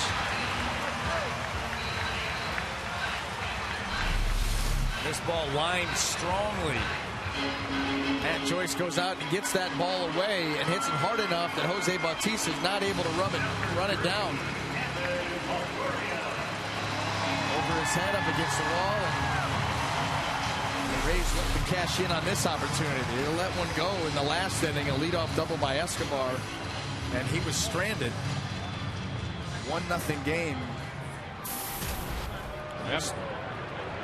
11 Longoria's up here. They're going to walk him intentionally with first base open here in the 6th. Well, 3 pitches, 2 extra base hits. That's what's going on here. Evan Longoria, a home run, the opposite field. First time up, a first pitch slider ripped down into the corner in left field, his 2nd time up. They'll put men at first and second with 1 out for Will Myers, who's looking for his first hit of the series and has missed some pitches to hit. Well, and he does a nice job of staying with it, though. You know, that game that he had, you go back to the Seattle series where we talked about a number of pitches out over the plate that he missed, fouled off, and then all of a sudden, 3rd time up, I believe, he got one. Guess what? Didn't miss it, and he launched it out of here. Yeah. So he will stick with it. Well, you have the feeling that the clock is ticking. Yes. He has struck out and grounded out. Up here now with men at first and second and 1 gone. Will coming into the game hitting .360 with men in scoring position. He grounded out with the man in scoring position in the 4th inning of this game. Ground ball 3rd and scooped by Laurie. Steps on the bag and throws to first for the double play to retire the side. So Redmond got the ground ball double play to get out of that. We're headed into the 7th inning. 1-0 Rays.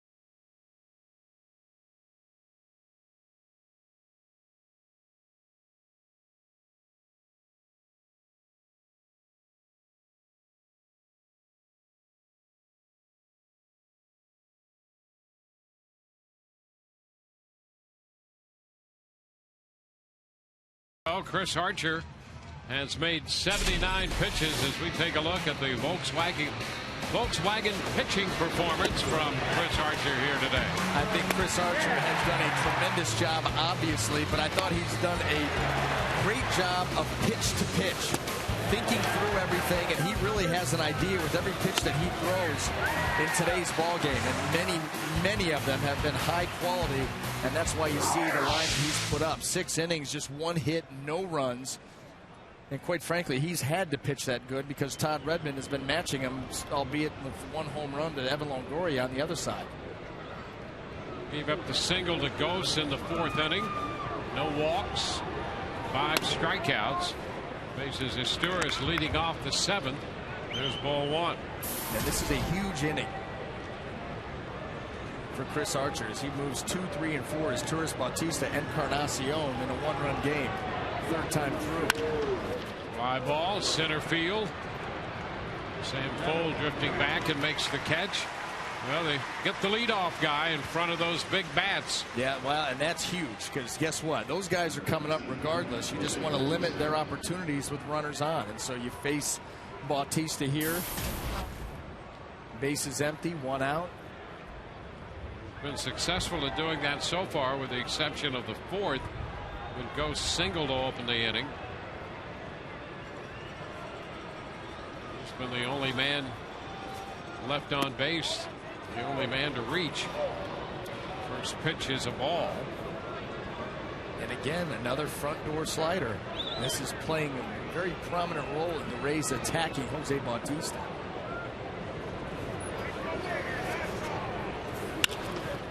Pitch skied towards center. Cole waits and makes the catch. So 2 outs. See Bautista's reaction after that high fly ball to center. Well, you know what? It was one of the few pitches that Blue Jays hitters have had a good shot at that was out over the plate. And he realizes it too.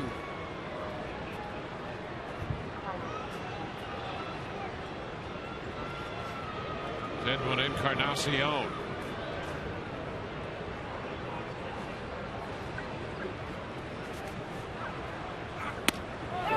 This pitch is a strike. Archer retired the first 9 he faced, then gave up the base hit to Ghost in the 4th. Left him on. Nothing since then. Up and in. It's 1-1. Chris Archer coming in here again. Another miss. You're going to come in, miss in and off. It still is an effective pitch. Move our Encarnacion off the plate. Popped up. Foul ball. Lobaton's going to go to the screen, but he runs out of room. Well, and here's what that previous pitch did. That pitch to Encarnacion was down the middle. It was down the middle. Encarnacion fouls it off, but that previous pitch moving him back, you're not quite as comfortable up there, and you give yourself a little margin for error. You don't want to come back there again on this pitch, obviously, but he got away with one there. He's retired 11 in a row, 9 of those on balls hit in the air. He got a ground ball from DeRosa and struck out Ghost. Pitch grounded foul. So he went 9 straight before Ghost singled. He's gone 11 straight since then.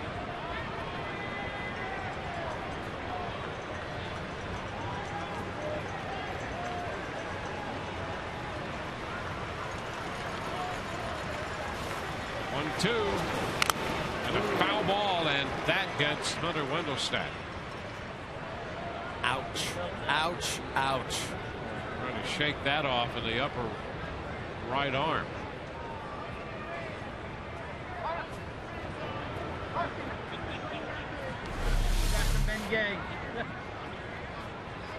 Give him some icy hot. Oh man, right on the bicep.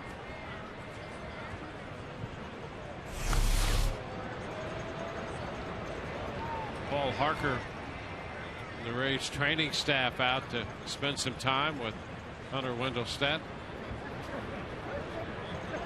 He's fine.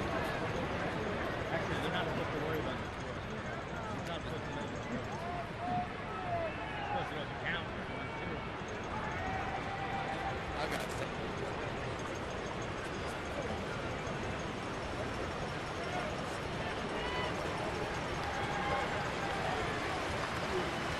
Here's the 1-2 again. It's fouled. Fastball, mid-90s. Archer's had that today. We talked about command of the fastball. He's had that and high velocity. That's how you put up a dominating performance so far. You combine those two, you're going to be tough to beat at any level. Shot to left. Joyce will go back, and that's going to get out of here.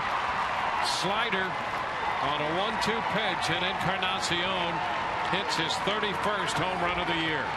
You know, and when you look at the sequence by Chris Archer, you just got to shake this one off and move on, because he had pounded Encarnacion, moved him off the plate, had pounded him in with the fastball, great velocity, and then goes back with a slider, and Encarnacion goes and gets it. You saw Lobaton wants his ball down.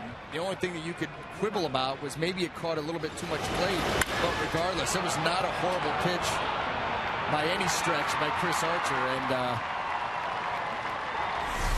don't know what was over there, but he took a look. Yeah, that wasn't the worst slider that a guy's going to throw either.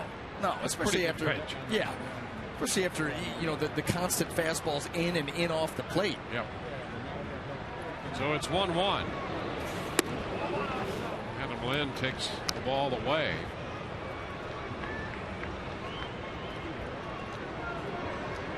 So he had retired 11 in a row.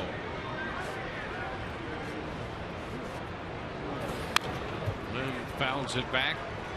1-1.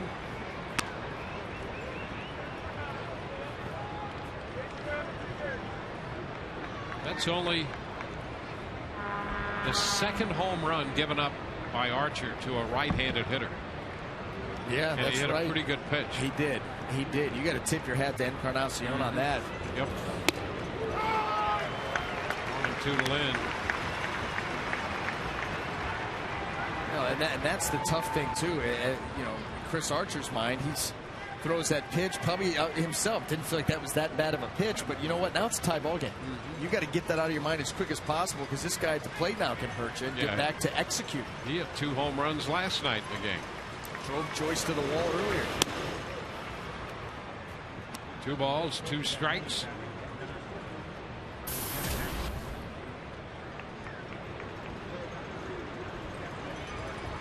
Longoria homered in the first. Encarnacion is homered in the 7th inning.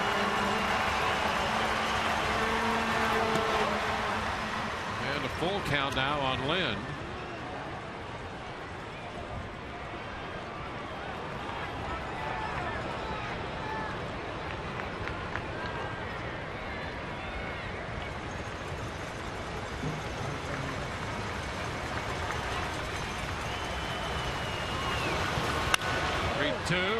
Looper going to drop into left center field. Bolt comes in to play it on a hop. Lynn follows the home run with a base hit. 2-out single. Jim Hickey will trot to the mound.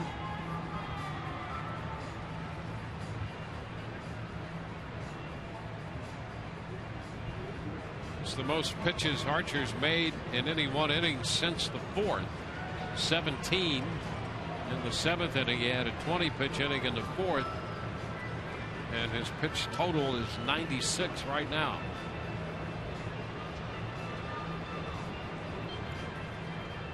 Brett Lawrie, who's had a hot bat, will be up.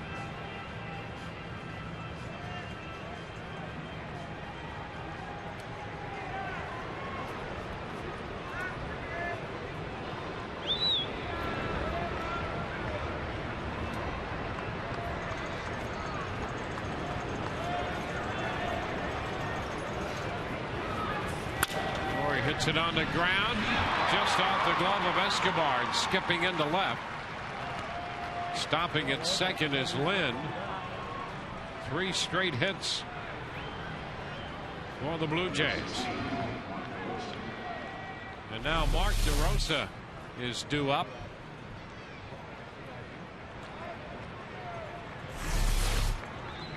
DeRosa and Archer traded for each other. That was a deal that sent Archer from the Indians organization to the Cubs organization in the Mark DeRosa deal. And the Rays got him out of the Cubs system in the Garza trade. So here's DeRosa inside.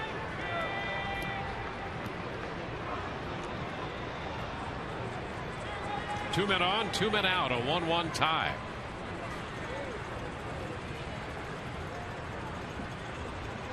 Twice Archer has gotten DeRosa on the ground ball to second. Fastball by him. 1-1. It was the 99th pitch of the day for Archer in at 95. Yeah, this quite possibly could be Archer's last inning of work. And so this is where you really empty the tank. You got yourself in a little bit of a spot here with 2 outs, 2 aboard. Everything you got on these next couple pitches. The fastball is fouled back, making it 1-2. Jake McGee is up in the bullpen now for the Rays.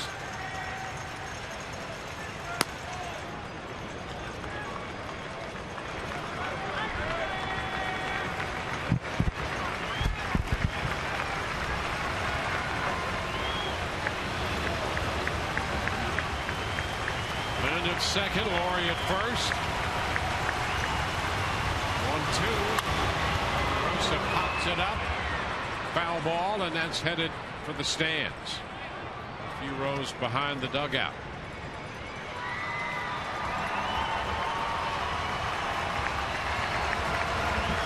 There's Archer. 24-year-old hard-throwing right-hander. Put it up in a 1-1 tie.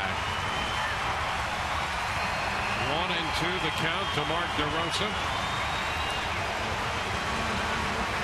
It's 102 of the day. Here it is. Into the dirt, blocked by Lobaton. With a slider, and it's 2-2. This one just gets choked off a little bit out in front of the plate, but Lobaton down, able to cradle that ball into the glove, keep it right in front. Action pitch here. Runners will be. Oh no, it's just 2-2. Hopefully, we don't get to an action pitch. What does that happen right here? Yeah. Keep them stagnant. 2-2, and he fouls it. Followed that slider in the dirt with a 97. And that was just a nice job by DeRosa just to get a piece of it.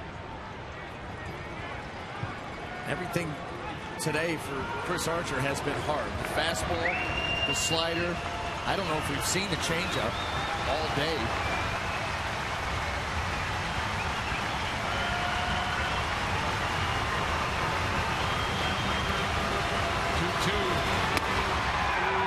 Close in at 96, and now we get to the 3-2 count.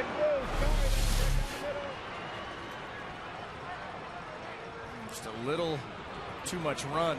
Takes it in off the plate, and now the runners will be in motion. Lind off second.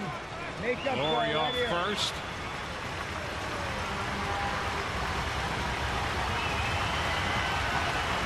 Three-two, runners go. Lifted up the right side. On the run is Myers behind the bullpen, and it's out of play. DeRosa, you should be out already, and you know it. So Archer and DeRosa battling it out in the top of the 7th inning.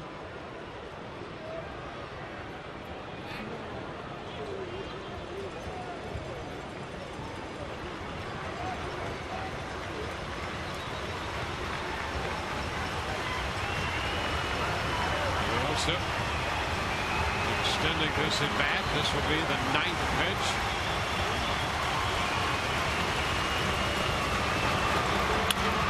Ball back to the hill. Archer heads to first and flips it. Then Deloney to retire the side. 1 run on the home run by Encarnacion. 7th inning stretch time presented by Hyundai. We're tied 1-1.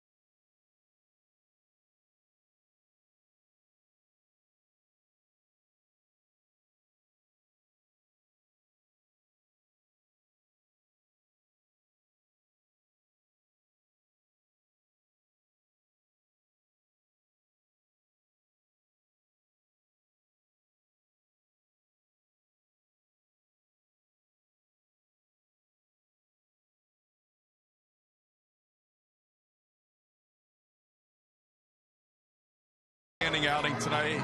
7 innings of 1-run baseball. One of the other guys who normally would be in the rotation right now is Matt Moore. And all the way back to the Saturday Night Live days, everybody's been clamoring for more cowbell. Well, it is finally here. More cowbell next Saturday against the New York Yankees. Fans will receive the Matt Moore cowbell. For more information, go to RaysBaseball.com. There you see it right there, courtesy of Dairy Queen. We did catch up with Matt today after he had a little flat ground throwing session with Ron Porterfield, and here's how it went. It went good. We played catch to 75 feet and no pain. I mean, we threw 55 throws. The regular treatment before that to get ready and some stock throws, and we're in a good place after today. I think tomorrow we're going to, probably have a very similar day as today as far as throwing goes, maybe move it back to 90 feet. But other than that, it's going to be, a lot like today, hopefully. So he will accompany the team to Baltimore for his next throwing session tomorrow. And, guys, the key phrase, no pain today. Back to you. Good news indeed from the left-hander Matt Moore. Progress there, no pain. Meanwhile, the Orioles are hosting the Rockies. Colorado hitting in the top of the 7th, and Baltimore has a 3-0 lead over Colorado.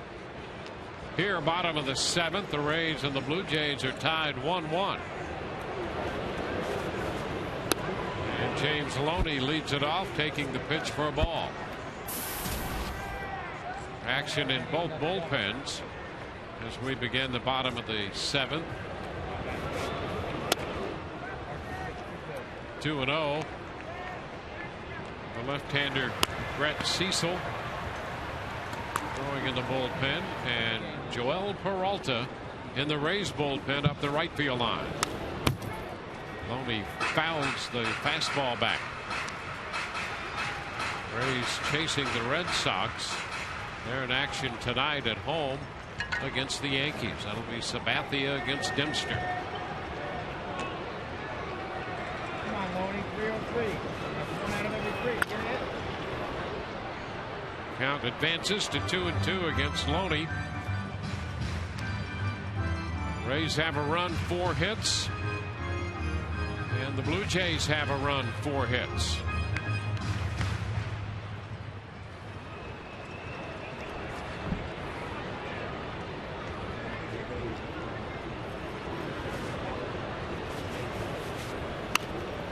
Speed fouled back. Redmond and Archer have matched each other. Rays got the run on the first inning home run from Evan Longoria. Blue Jays got their run on a 7th inning home run from Edwin Encarnacion. Liner into center. That's going to fall. Base hit. Loney aboard to begin the 7th for the Rays.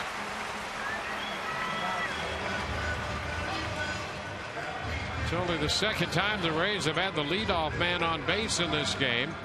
Escobar doubled to open the 5th, and Loney with a base hit to begin the 7th inning. And we're going to get Sean Rodriguez on to run for Loney.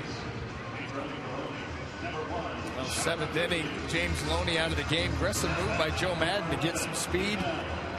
Good base runner on the base paths, and Sean Rodriguez really counting on trying to take the lead right now. Not limited opportunities for both clubs all day.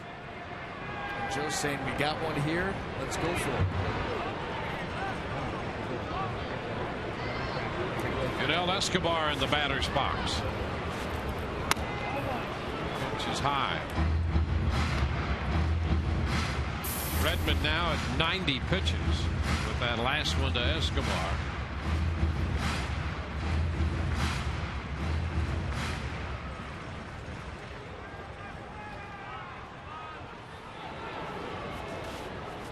There goes Rodriguez. The pitch lined into center. Base hit. Rodriguez will go to third, and the Rays have men on the corners. You talk about a game of inches. Everybody going to cover at second base right there. That line drive just sails over the glove of DeRosa, covering the bag. I mean, another foot lower, and Toronto's sitting on a double play right now. Instead, it's Rays first and third with nobody out. Kelly Johnson due up. And Cecil, the left-hander, is busy in the bullpen.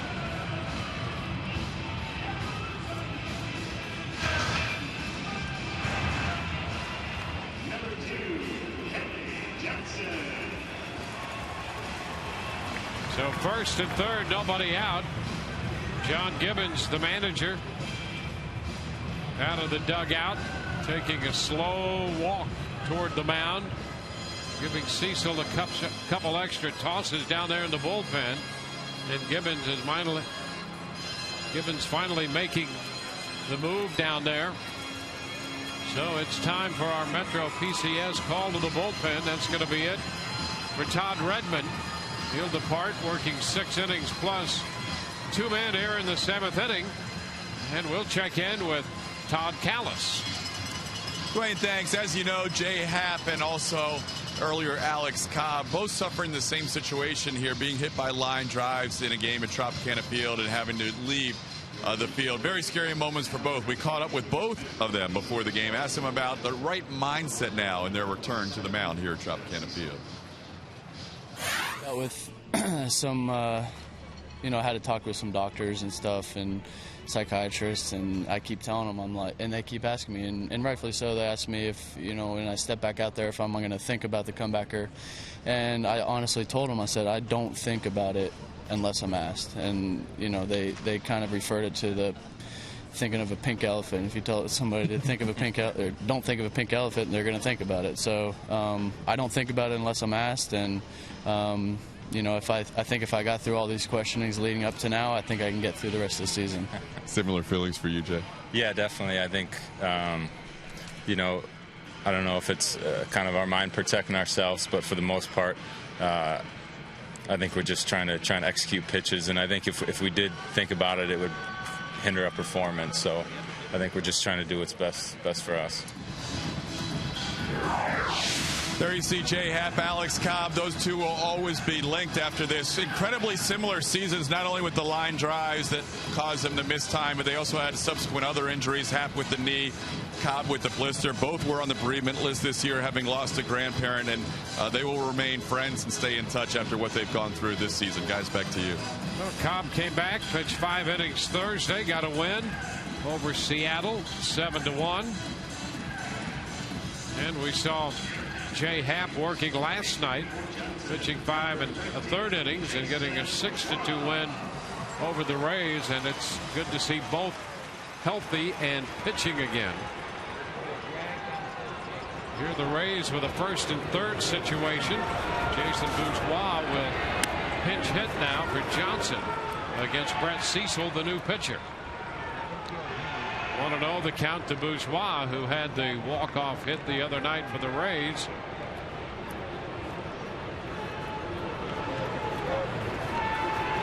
Rays winning Wednesday's game over Seattle. And Bourgeois, there's a bunt attempt, and now Rodriguez caught between 3rd and home. Still in the rundown, and finally tagged out by Asturias. Escobar winds up at 2nd. Well, the Rays with men at 1st and 3rd tried to get the run home via the bunt, and Rodriguez caught coming down the line. Sean Rodriguez, aggressive there. Bourgeois misses the bunt, and Rodriguez, with Escobar moving up, gets caught into this pickle, not able to get out of it. Well, you hate to give up that runner at 3rd. Nobody out.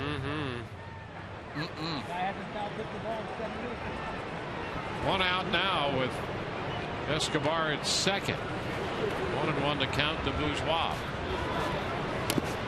There was a lot going on that play. You had almost like the safety squeeze with Escobar in motion. Not exactly the way the Rays designed it, I'm sure. And Sebia to Glory, back there in Sebia, and Asturias put the tag on him.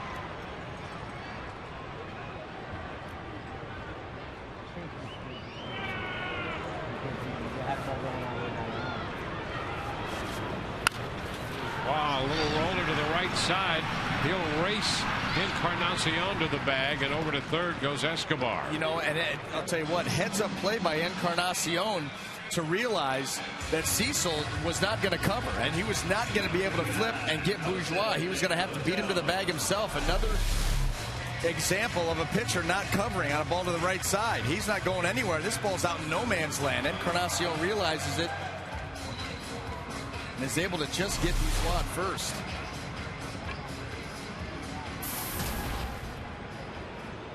Here's Jose Lobaton.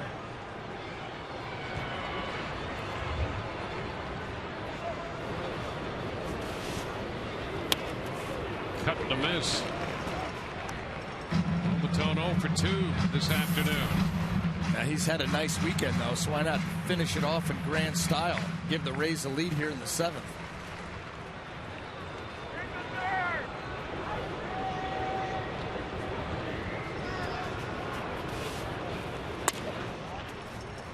Upstairs from Cecil. Cecil got off to a very good start recently, has had some issues. He's given up 11 earned runs in his last 12 innings.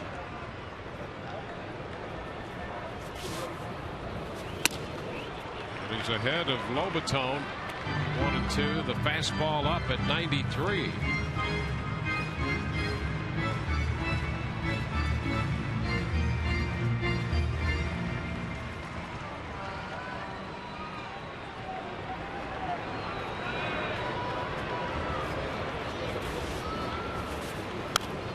Lobaton back into the top of the screen with a foul ball.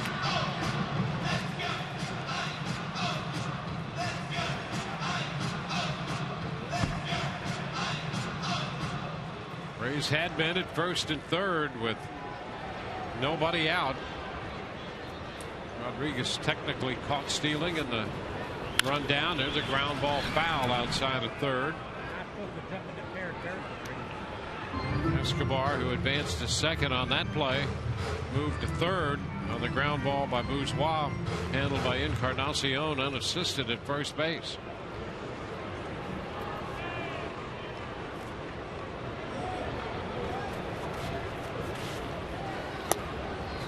Down. 2 balls, 2 strikes.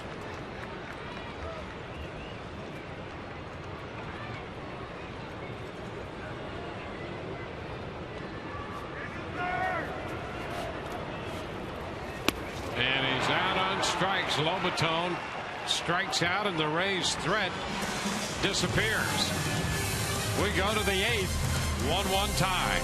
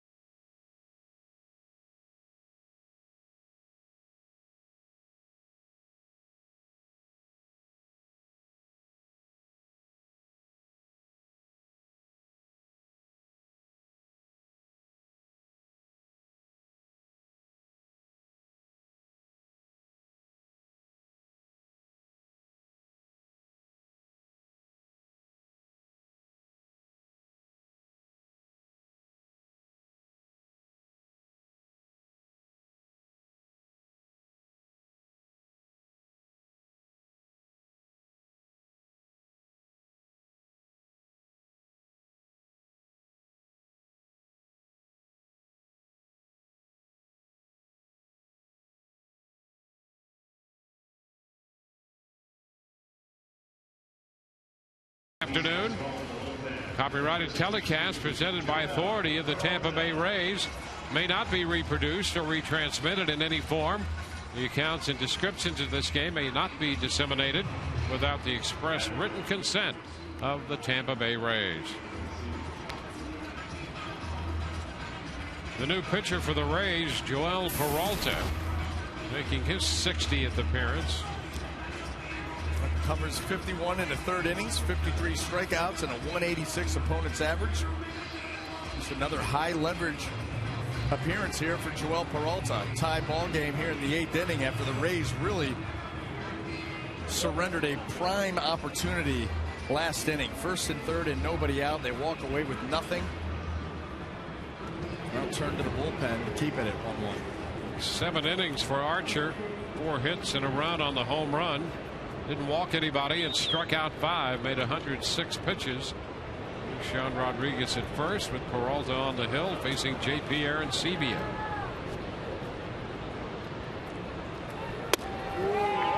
Pitch is a strike. Peralta worked an inning in Friday night's game, gave up 1 run.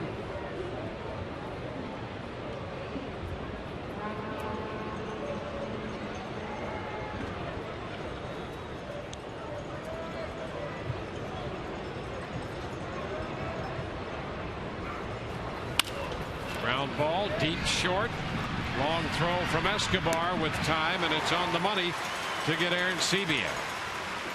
1 out in the 8th. Nice to have the catcher running on one of those from the hold at shortstop. And we know that Escobar very fond of the jump shot, the deep jump shot on nice plays. Had good court awareness there, realizing that and understanding that even going in the hole, he had time to set his feet to make a strong, accurate throw. Didn't have to rush anything.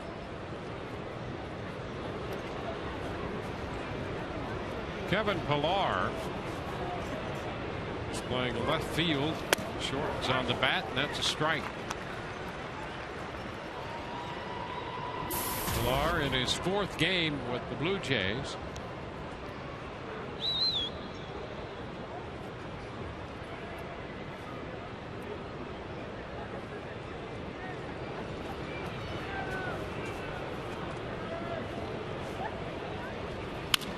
Ground ball, that's just foul. Pillar had been playing at Buffalo. He's hitting .299 there. He's also spent some time with New Hampshire, their AA affiliate, and then up to Buffalo, 52 games with a .299 average.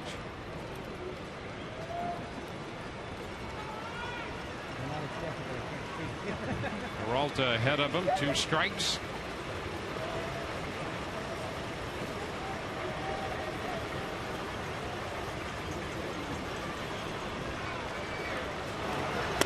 And a cut to miss. Fastball with some movement. 2 outs. You see right there, Joel Peralta with that speed up rules. He works himself right through his delivery quickly. Puts a hitter on the defensive, and you see that right there in the swing. That was a swing taken at a pitch that looked like it was 95. In reality, not even close to that. It still powers right by him because of the deception. Out of the top of the order, Anthony Gose. Upstairs. Gose picked up the first hit of the game allowed by Chris Archer. That was a single back in the 4th. He stole second and advanced to third, was left there.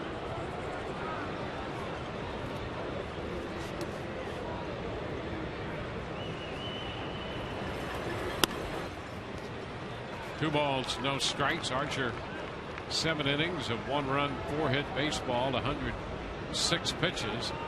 And Chris was very good again today. Todd Redmond pitched very well for the Blue Jays as well.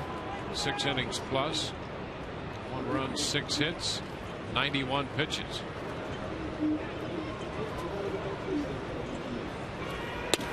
And a strike at the knees. It's 2-1.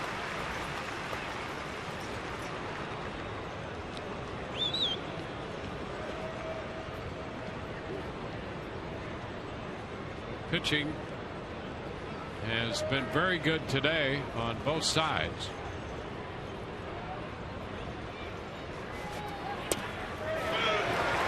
That evens the count at 2-2.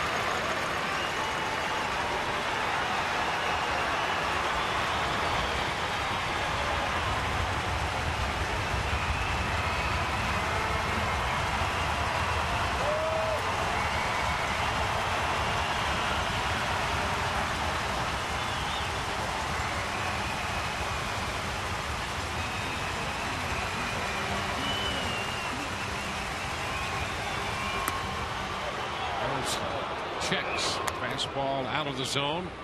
And we have a full count.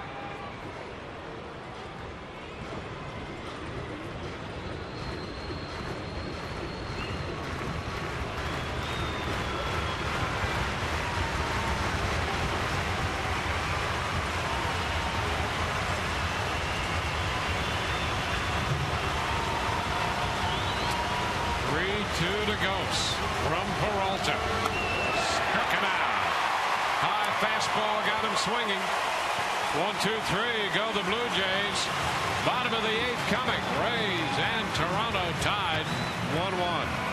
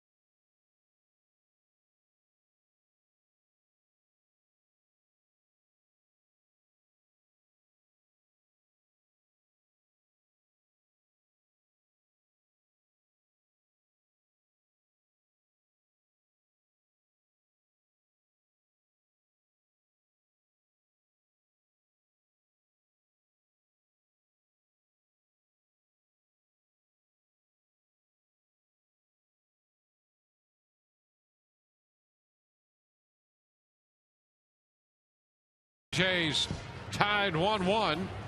Sam Fold about to step in here against the left-hander Brett Cecil. Cecil got out of a very big spot in the 7th for Toronto. Now Sam shortens on the bat, takes the pitch for a ball. They have Laurie already close at third base. And Sam Fold has been so very good against lefties this year.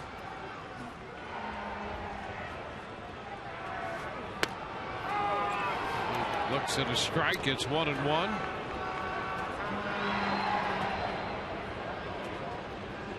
Fold no official at bats against Brett Cecil.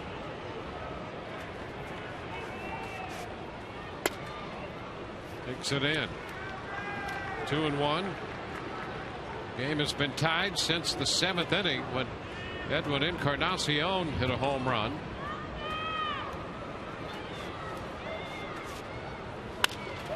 Ground ball headed to second. DeRosa's throw to first. Fold is out in the 8th inning. Cecil getting Fold to reach. Little rollover ground ball to second base. Well, it's unfortunate too because the Rays, there haven't been many opportunities, but there have been some big opportunities. Some leadoff double, a 1-out double, runners at first and third with nobody out, and have not cashed in on any of it. Still really leaning up against that opposite field home run from Evan Longoria in the 1st inning. That's been it. Zobrist takes a strike. They've been with a couple of career home runs against Brett Cecil. 2 homers and 3 walks among the 5 for 21 matchup.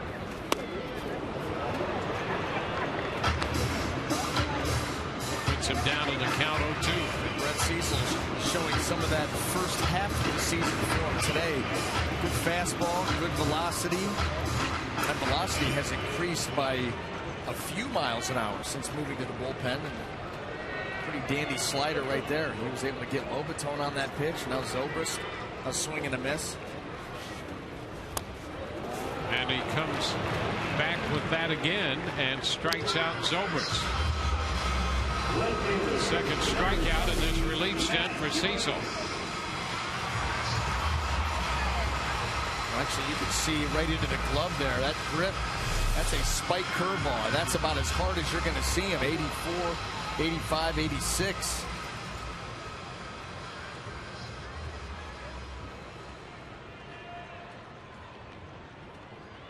Now Matt Joyce against the lefty.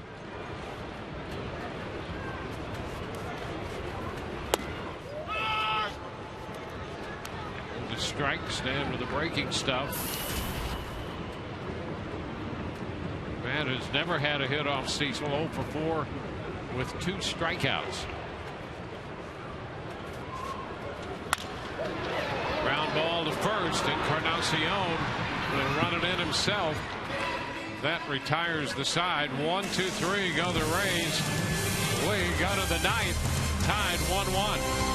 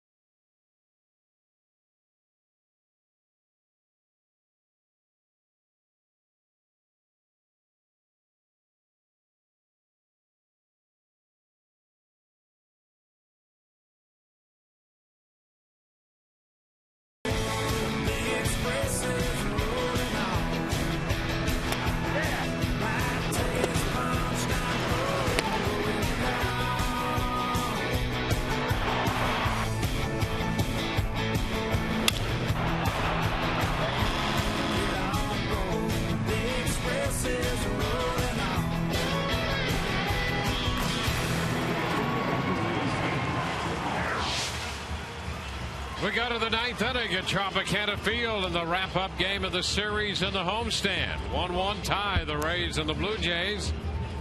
And Fernando Rodney enters this game for the Rays following Archer's 7 innings and 1 from Peralta. Non-save situation once again, and Rodney on for the 52nd time, and he's going to have his work cut out for him as he moves right down through the heart of this Blue Jay order. Yeah, he has Historis to lead it off, and then Bautista and Encarnacion. Pretty good numbers against Historis and Encarnacion. Bautista, another matter against whom he is. Bautista 5 of 8 with a home run off Rodney. But first, Historis. Pitch is low.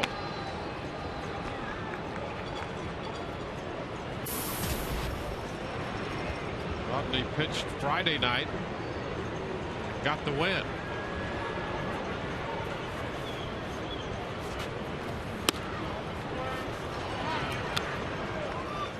Two and 0.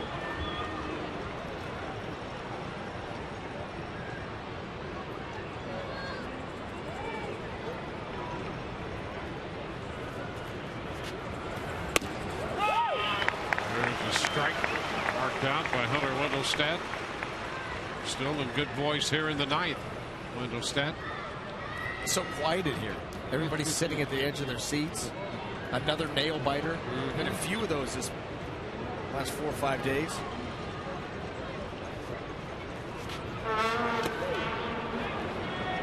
3 balls and a strike.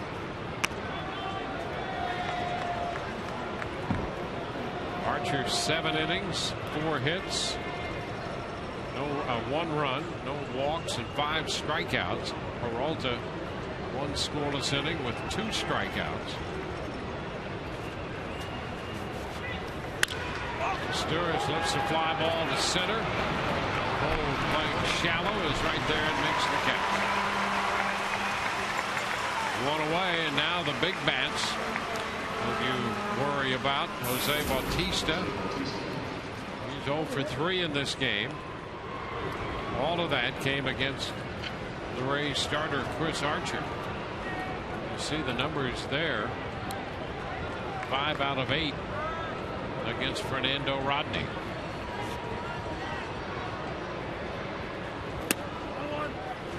The pitch is too low.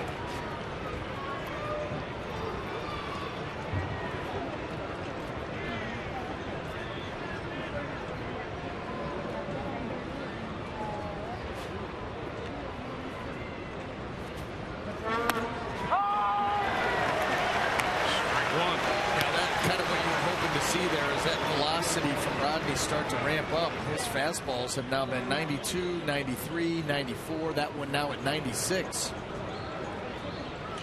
You want these next 2 hitters to get your absolute best.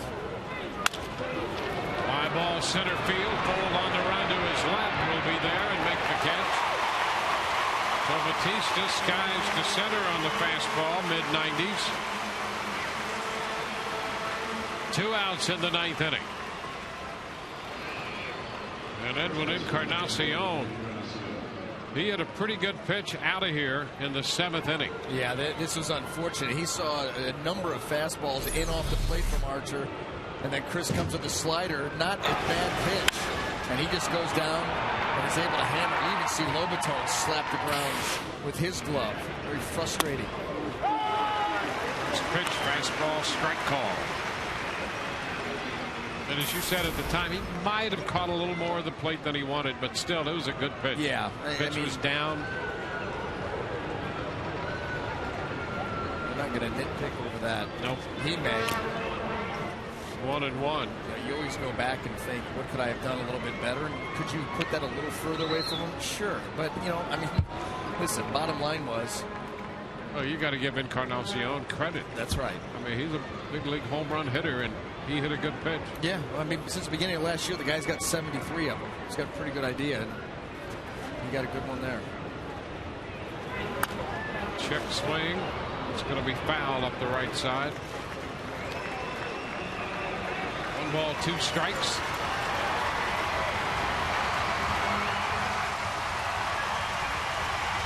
Santos standing. Jansen getting loose in the bullpen.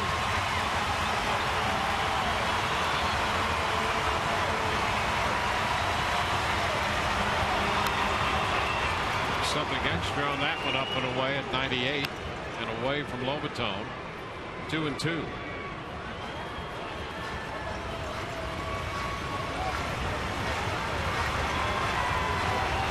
Rocky scored a couple runs in the top of the 7th at Baltimore to make it 3-2, but the Orioles scored 2 in the bottom of the 7th. There's a shot back toward the left field corner.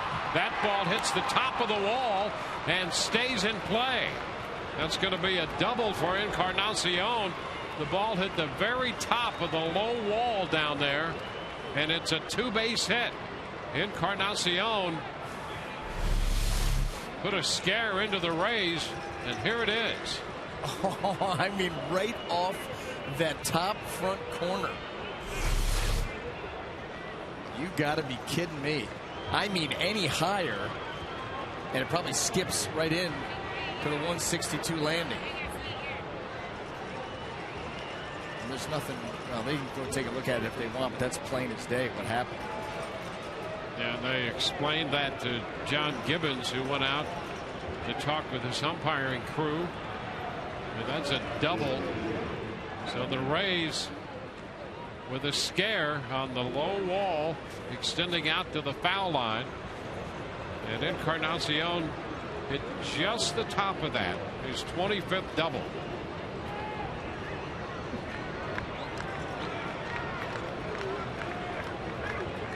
for that kind of excitement. Yeah. And here's Adam Lynn. 11 lifetime against Rodney, which is down.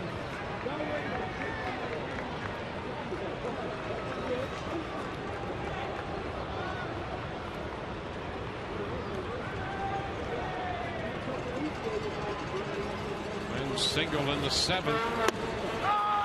Takes a strike, 1-1.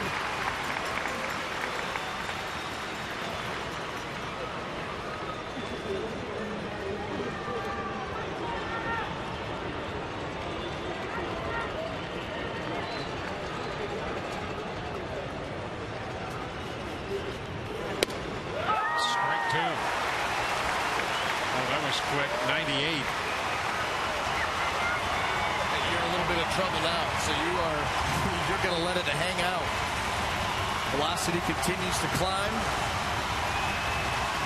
Drama continues to build. The ball, 2 strikes. Here it is. To the backstop. He uncorked the fastball at 99. Encarnacion goes over to third. As the count goes to 2-2. Take a look at this coming right at you. Listen, Dwayne, it's all about changing a hitter's eye level. And he did there, without question. He changed more than just the hitter's eye level with that pitch. Change the configuration of the backstop. Encarnacion at third, 2-2 the count to Lynn. And the tapper going to be fouled.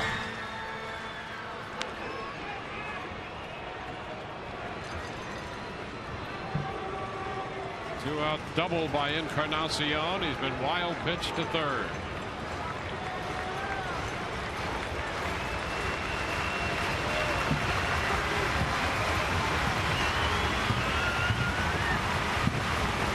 Lynn hit 2 home runs in the game last night. He had 2 hits in the first game of this series on Friday. 2-2. Fly ball into left. Matt Joyce back there for it to retire the side. 2-out double for Encarnacion. He's left on base. Braves will have Longoria to lead off the bottom of the 9th, tied 1-1.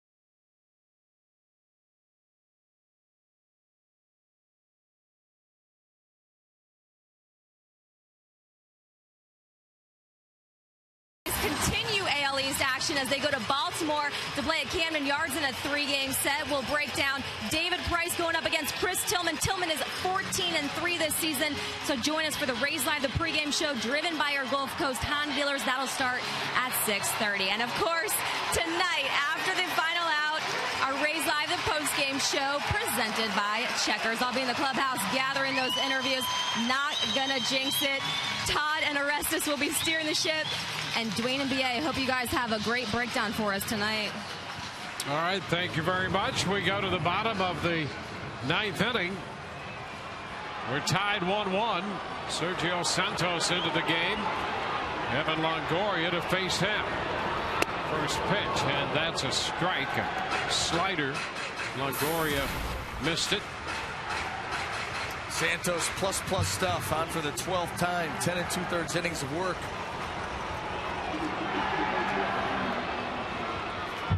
Pitched in the game here Friday night. Check swing and a foul ball. Followed R.A. Dickey to the mound when Ben Zobrist got a hit off him. Evan Longoria just asked Hunter Wendelstedt, did you call that? That ball appeared to bounce. I think Alan Porter rung him on that. Not very happy at all.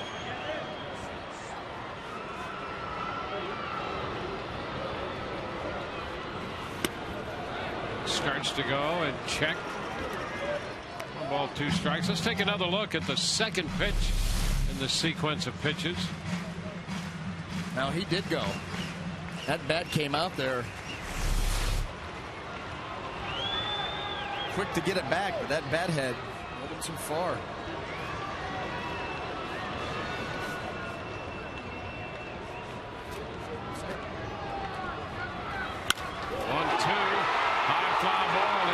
Center field.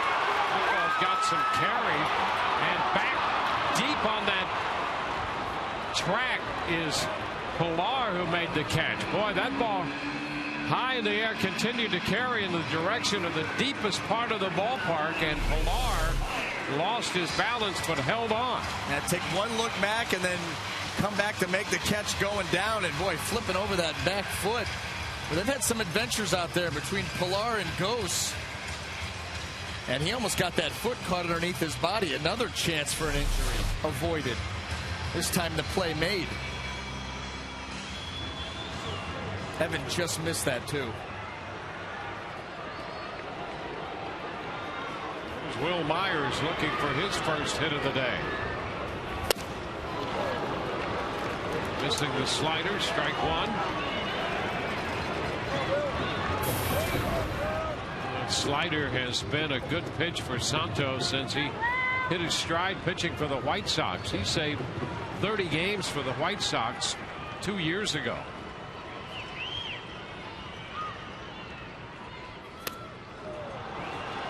And gets out ahead on the off-speed pitch there. He got some shoulder surgery. But he's making some nasty pitches. Tight, late break. Good fastball, good arm speed, hand speed out in front. The guy's having trouble picking it up.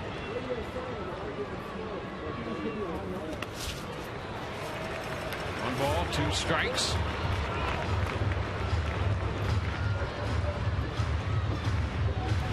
Sometimes when you go to those off-speed pitches, pitch after pitch after pitch, you sometimes start to lose a feel for it. That's what you're hoping here. If he's going to stay with it, it's been nasty, but let one roll in there.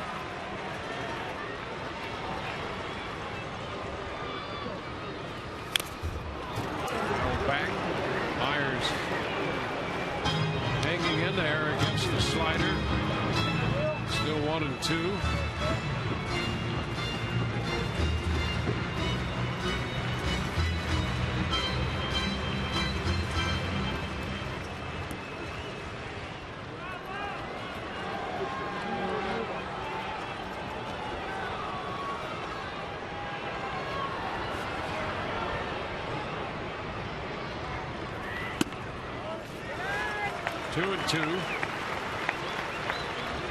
Santos started his pro career as a position player. In fact, early in his career, he was traded to the Blue Jays as a position player. That was back in 05.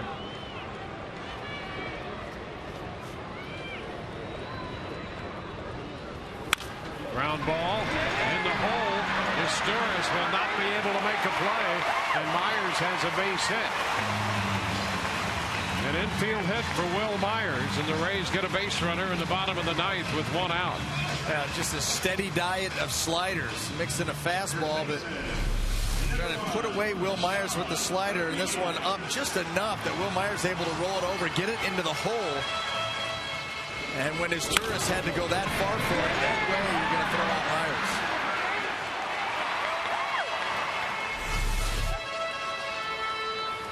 Now Myers. Sean Rodriguez.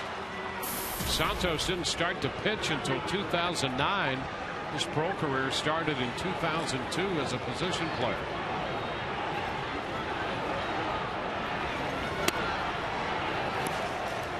Pitch low to Sean. Rodriguez entered as a pinch runner in the 7th inning, eventually caught between third and home when the Rays tried to get the run home in that 1st and 3rd nobody out situation when Bourgeois was trying to put down a bunt. And Rodriguez was tagged out on a rundown.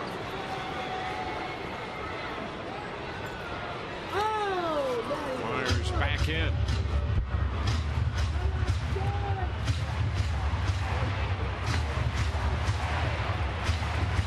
Rays with 7 hits and a tie game, 1-1, bottom of the 9th.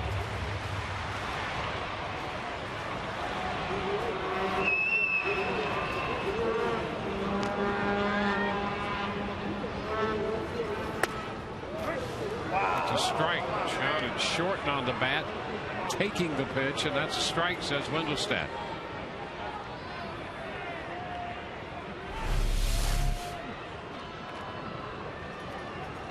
They're at the top of the zone.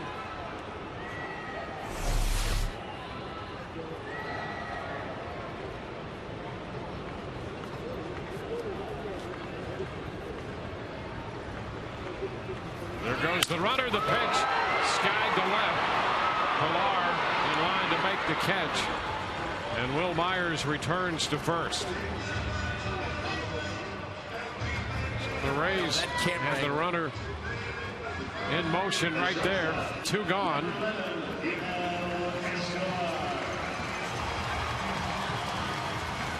Hitter's going to be Escobar. Yunel Escobar.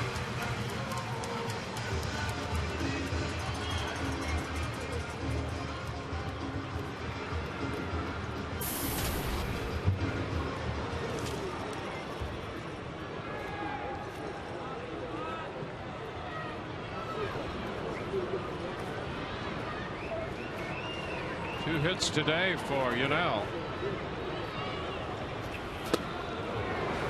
Strike 1.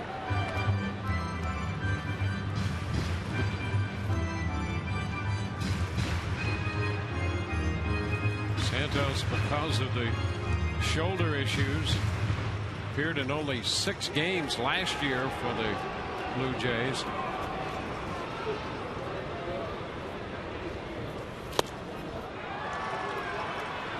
Healthy now. Yeah, well, it just continues to exploit the Rays with that slider. That's a nasty, nasty pitch, and he is in full, complete command of it right now.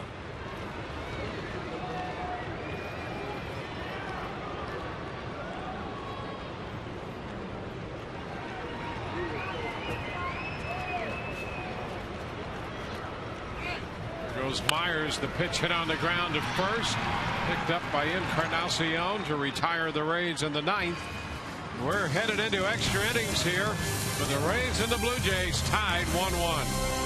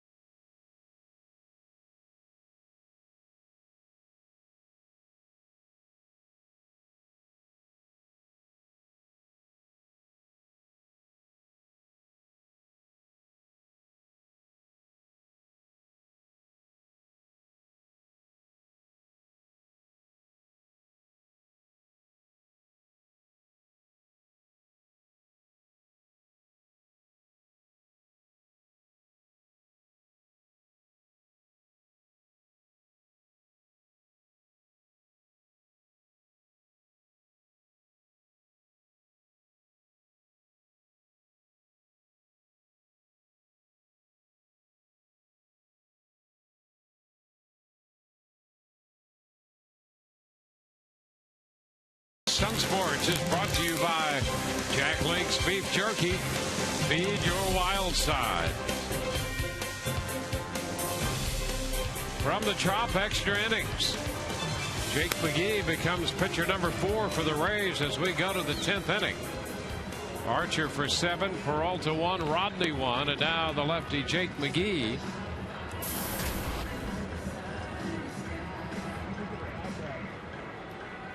Well, Jake, 54th time, 57 strikeouts, 46 and 2/3 innings. Come down to the battle of the bullpens. The Rays well armed coming out of that bullpen, and just another nail biter here at Tropicana Field. The last few nights have featured a number of these types of games. Rays looking to come up big once again. Jake pitched an inning Friday night, picked up a strikeout, gave up 1 hit, no runs. And here's Brett Laurie to lead off the 10th inning.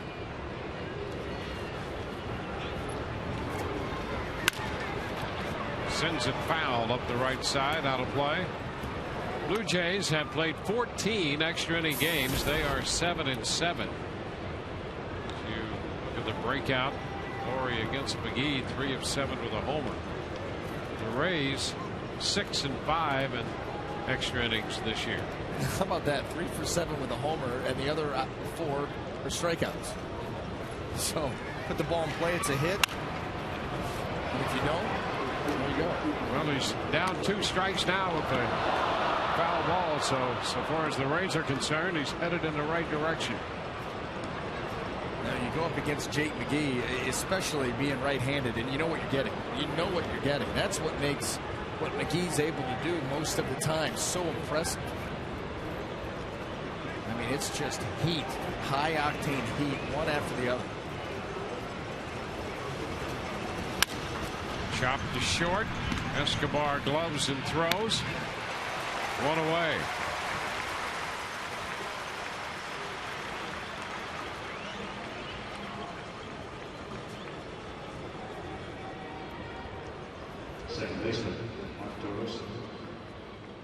Now the second baseman, the veteran Mark DeRosa.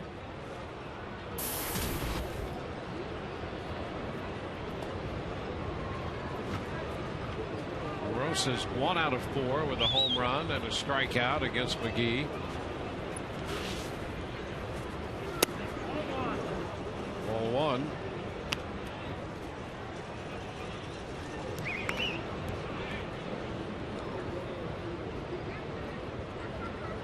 Archer and Todd Redmond started this game, each charged with 1 run, and that's the extent of the scoring. Rosa fouls this one out of play. 1 ball, 1 strike. Rays won the first game in a walk-off Friday night, 5-4. Blue Jays won last night, 6-2. Tied 1-1 right now. Ground ball, deep third. Longoria with the throw to first in time. Nice play by Evan. He had to turn and throw. And DeRosa is out, number 2. Really nice play. Has to give up ground here to get the right hop, then turn, spin, throw, falling back. Half a step, just in time. Well, that's the kind of defense that we see from the Rays that makes this club so good. It's really the consistency. And you think about, you get spoiled by his defense. You've gotten spoiled by that guy's defense. Zobrist has been stellar at second. Loney, enough said about him at first. Wow. J. Pierre and Sebia fouling a pitch back, strike 1. I mean, how many clubs do you see a ball like that turn into a base hit? Yeah. Oh, all yeah. the time. I mean, even if the guy did, that's the thing is right off the bat, if you're Evan Longoria, you have to read that. We saw him earlier right off the bat charge a ball and get it on a short hop and throw on the run. You got to know who's hitting as far as the speed of the batter and also the ball off the bat. And that's just an instinctual thing. You just see the ball come off the bat and you already know how you want to play it. You want to charge, you're going to stay put. In that case, do I have time to give up ground to get the hop up high? And if I do that, now I'm going to have to spin, get rid of it quickly. Yeah, and everything is just perfectly timed. You get somebody a half a step. The nuances of the position. 2 strikes to count. Aaron Seavey had a big cut at a 98-mile-per-hour fastball for strike 2. He has big-time power.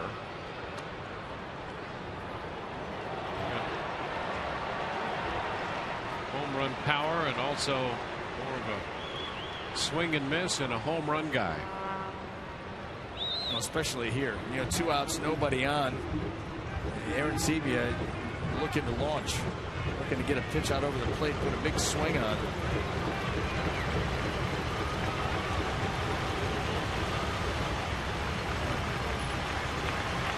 Comes the 0-2 and he strikes him out.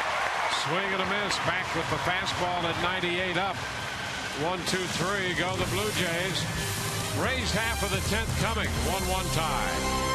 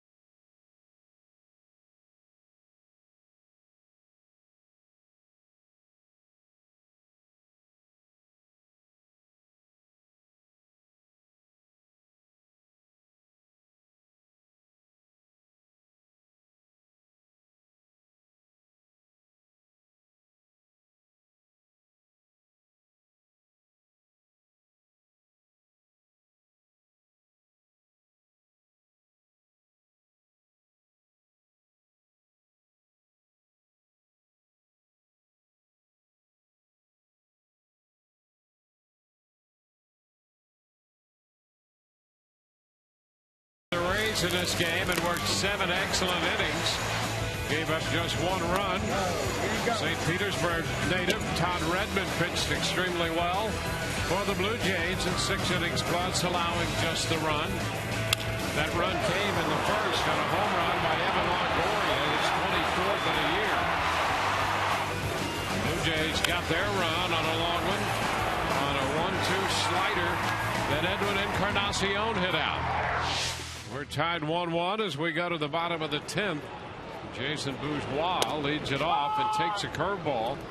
Brad Lincoln, who pitched last night, back in the game here this afternoon, and we're seeing that curveball again. Yeah, I was going to say, really? You got to get content with that once again.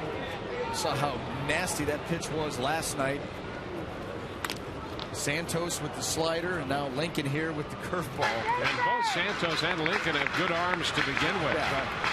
I mean, we saw Santos strong mid-90s. Lincoln can do the same thing, but they have the slider and he has the curveball. We saw last night how difficult that curveball can be. I had jelly legs up here in the booth. Just kept some tough ABs up here.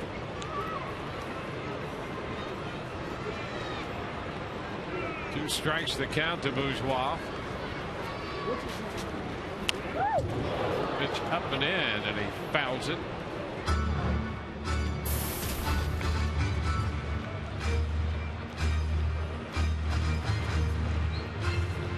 Jose Lobaton to follow, and then Sam Fuld.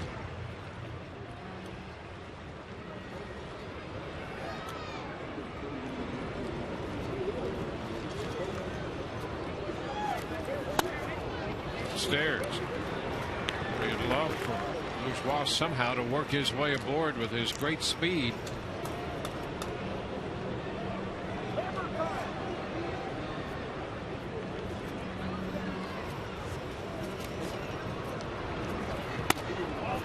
Count goes to 2-2. Fastball away.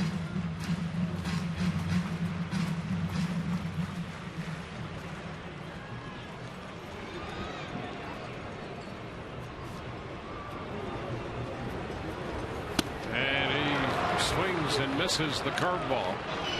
You just knew that was coming. Yep. After the first couple of the at-bat, a couple of back-to-back fastballs, you're like, when's it going to rear its ugly head? Well, here you go. And look at that pitch just tracked. That ball started middle of the plate and ended up off the plate.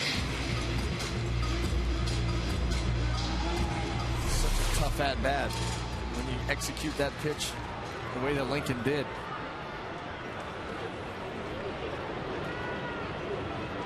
Jose Lobaton. Pitch wide. Fastball to start Lobaton.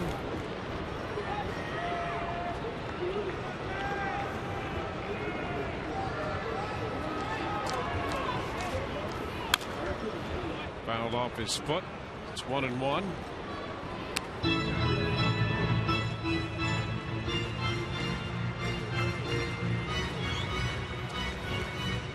Redmond, Cecil, Santos, and now Lincoln.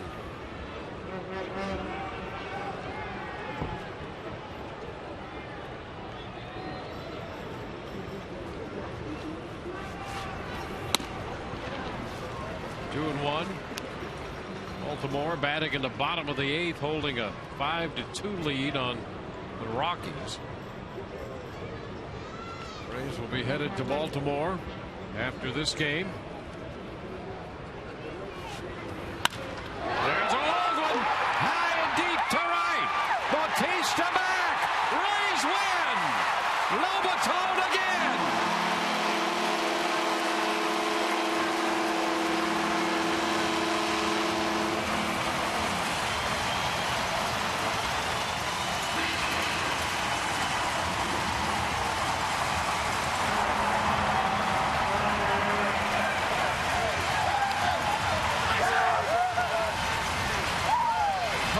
Lobaton, who won it in a walk-off with a triple on Friday, hits one out here on Sunday, and the Rays win it 2-1. Well, Lincoln missed off the plate with 2 fastballs, wanted to make sure that he got the plate on the 3rd, and he just caught way too much of it. You got ice cream? You get ice cream? Just as we promised earlier in the game, it's Miller time, brought to you by Miller Lite. Another walk-off for the Rays. Their 10th walk-off of the year. Lobaton delivers one more time.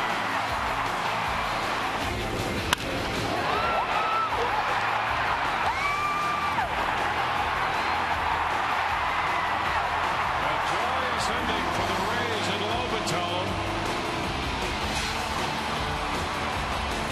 This is starting to be a habit. Let's go to the field where Todd is standing by with Jose Lobaton right now. Dwayne, thanks. You end the series just like you started it. You getting used to this walk-off thing? Well, I was looking for something that I can go at least a double, something like that. Try to get a man.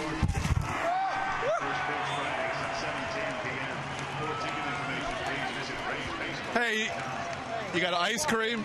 He got me. He crushed me. Hey, you got. Do you like the ice cream? I like. You like the cookies? I prefer chocolate. You prefer chocolate? Yeah, that's I take whatever right now. So you got little mint ice cream, a cookie sandwich, and what's this? Like it's just an ice cream bar? Yeah. So you got 4.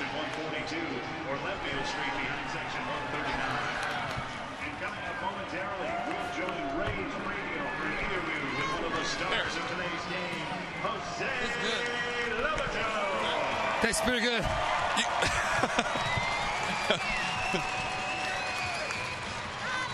Wait, you're not going to get hit with anything. Hold on, there's more. Wow, moss. That's a lot of ice cream. You're so much ice cream, you're dropping it. This is because you don't. Can you eat all that? No, I got no chance to eat that. Maybe in a week. Loby, what a win it was for this team. I know Chris Archer pitched his heart out. You were hoping to get the win for him, but to win this game, in the 10th inning and go and win 4 out of 6 in this homestand. What's it mean for this team? Well, I think we've been talking a lot. The team has been talking, try to get that rhythm of game. You know, we got runners scoring position. We've been a little struggling. Now we're doing better. And try to win. That's what we got to do. Try to relax in the game and a win. That's the important thing for us right now. Pitchers are doing much better now. Archer did a pretty good job today. And then thank God that we win. Yeah, he did a great job. I can see your frustration and his frustration on the home run by Encarnacion. Slider, was it just a little bit more on the plate than you wanted it? I know he's a pretty good hitter. He's been doing pretty good, and we talking him out and say, let's go to fast one, then we go to breaking ball. But try to throw a breaking ball in the door, but that was down, but maybe not down enough, and. He hit a home run. I was frustrated. I want to get that shutout game, but the good thing is that we win right now. You said the other day you thought you're probably going to be second and third after your ball went down the line. It ended up being a triple. Did you know today that you had enough for the walk-off? I hit the ball. Yeah, I know I hit it pretty good, but I just want to run. I say I got to run. I don't know what's going to happen, and I just keep running and see what happened. And after I saw it, well, that was a pretty exciting moment. Can you show the ice cream on your way out, and we'll let you go? That's a lot of ice cream. All right, guys, back to you.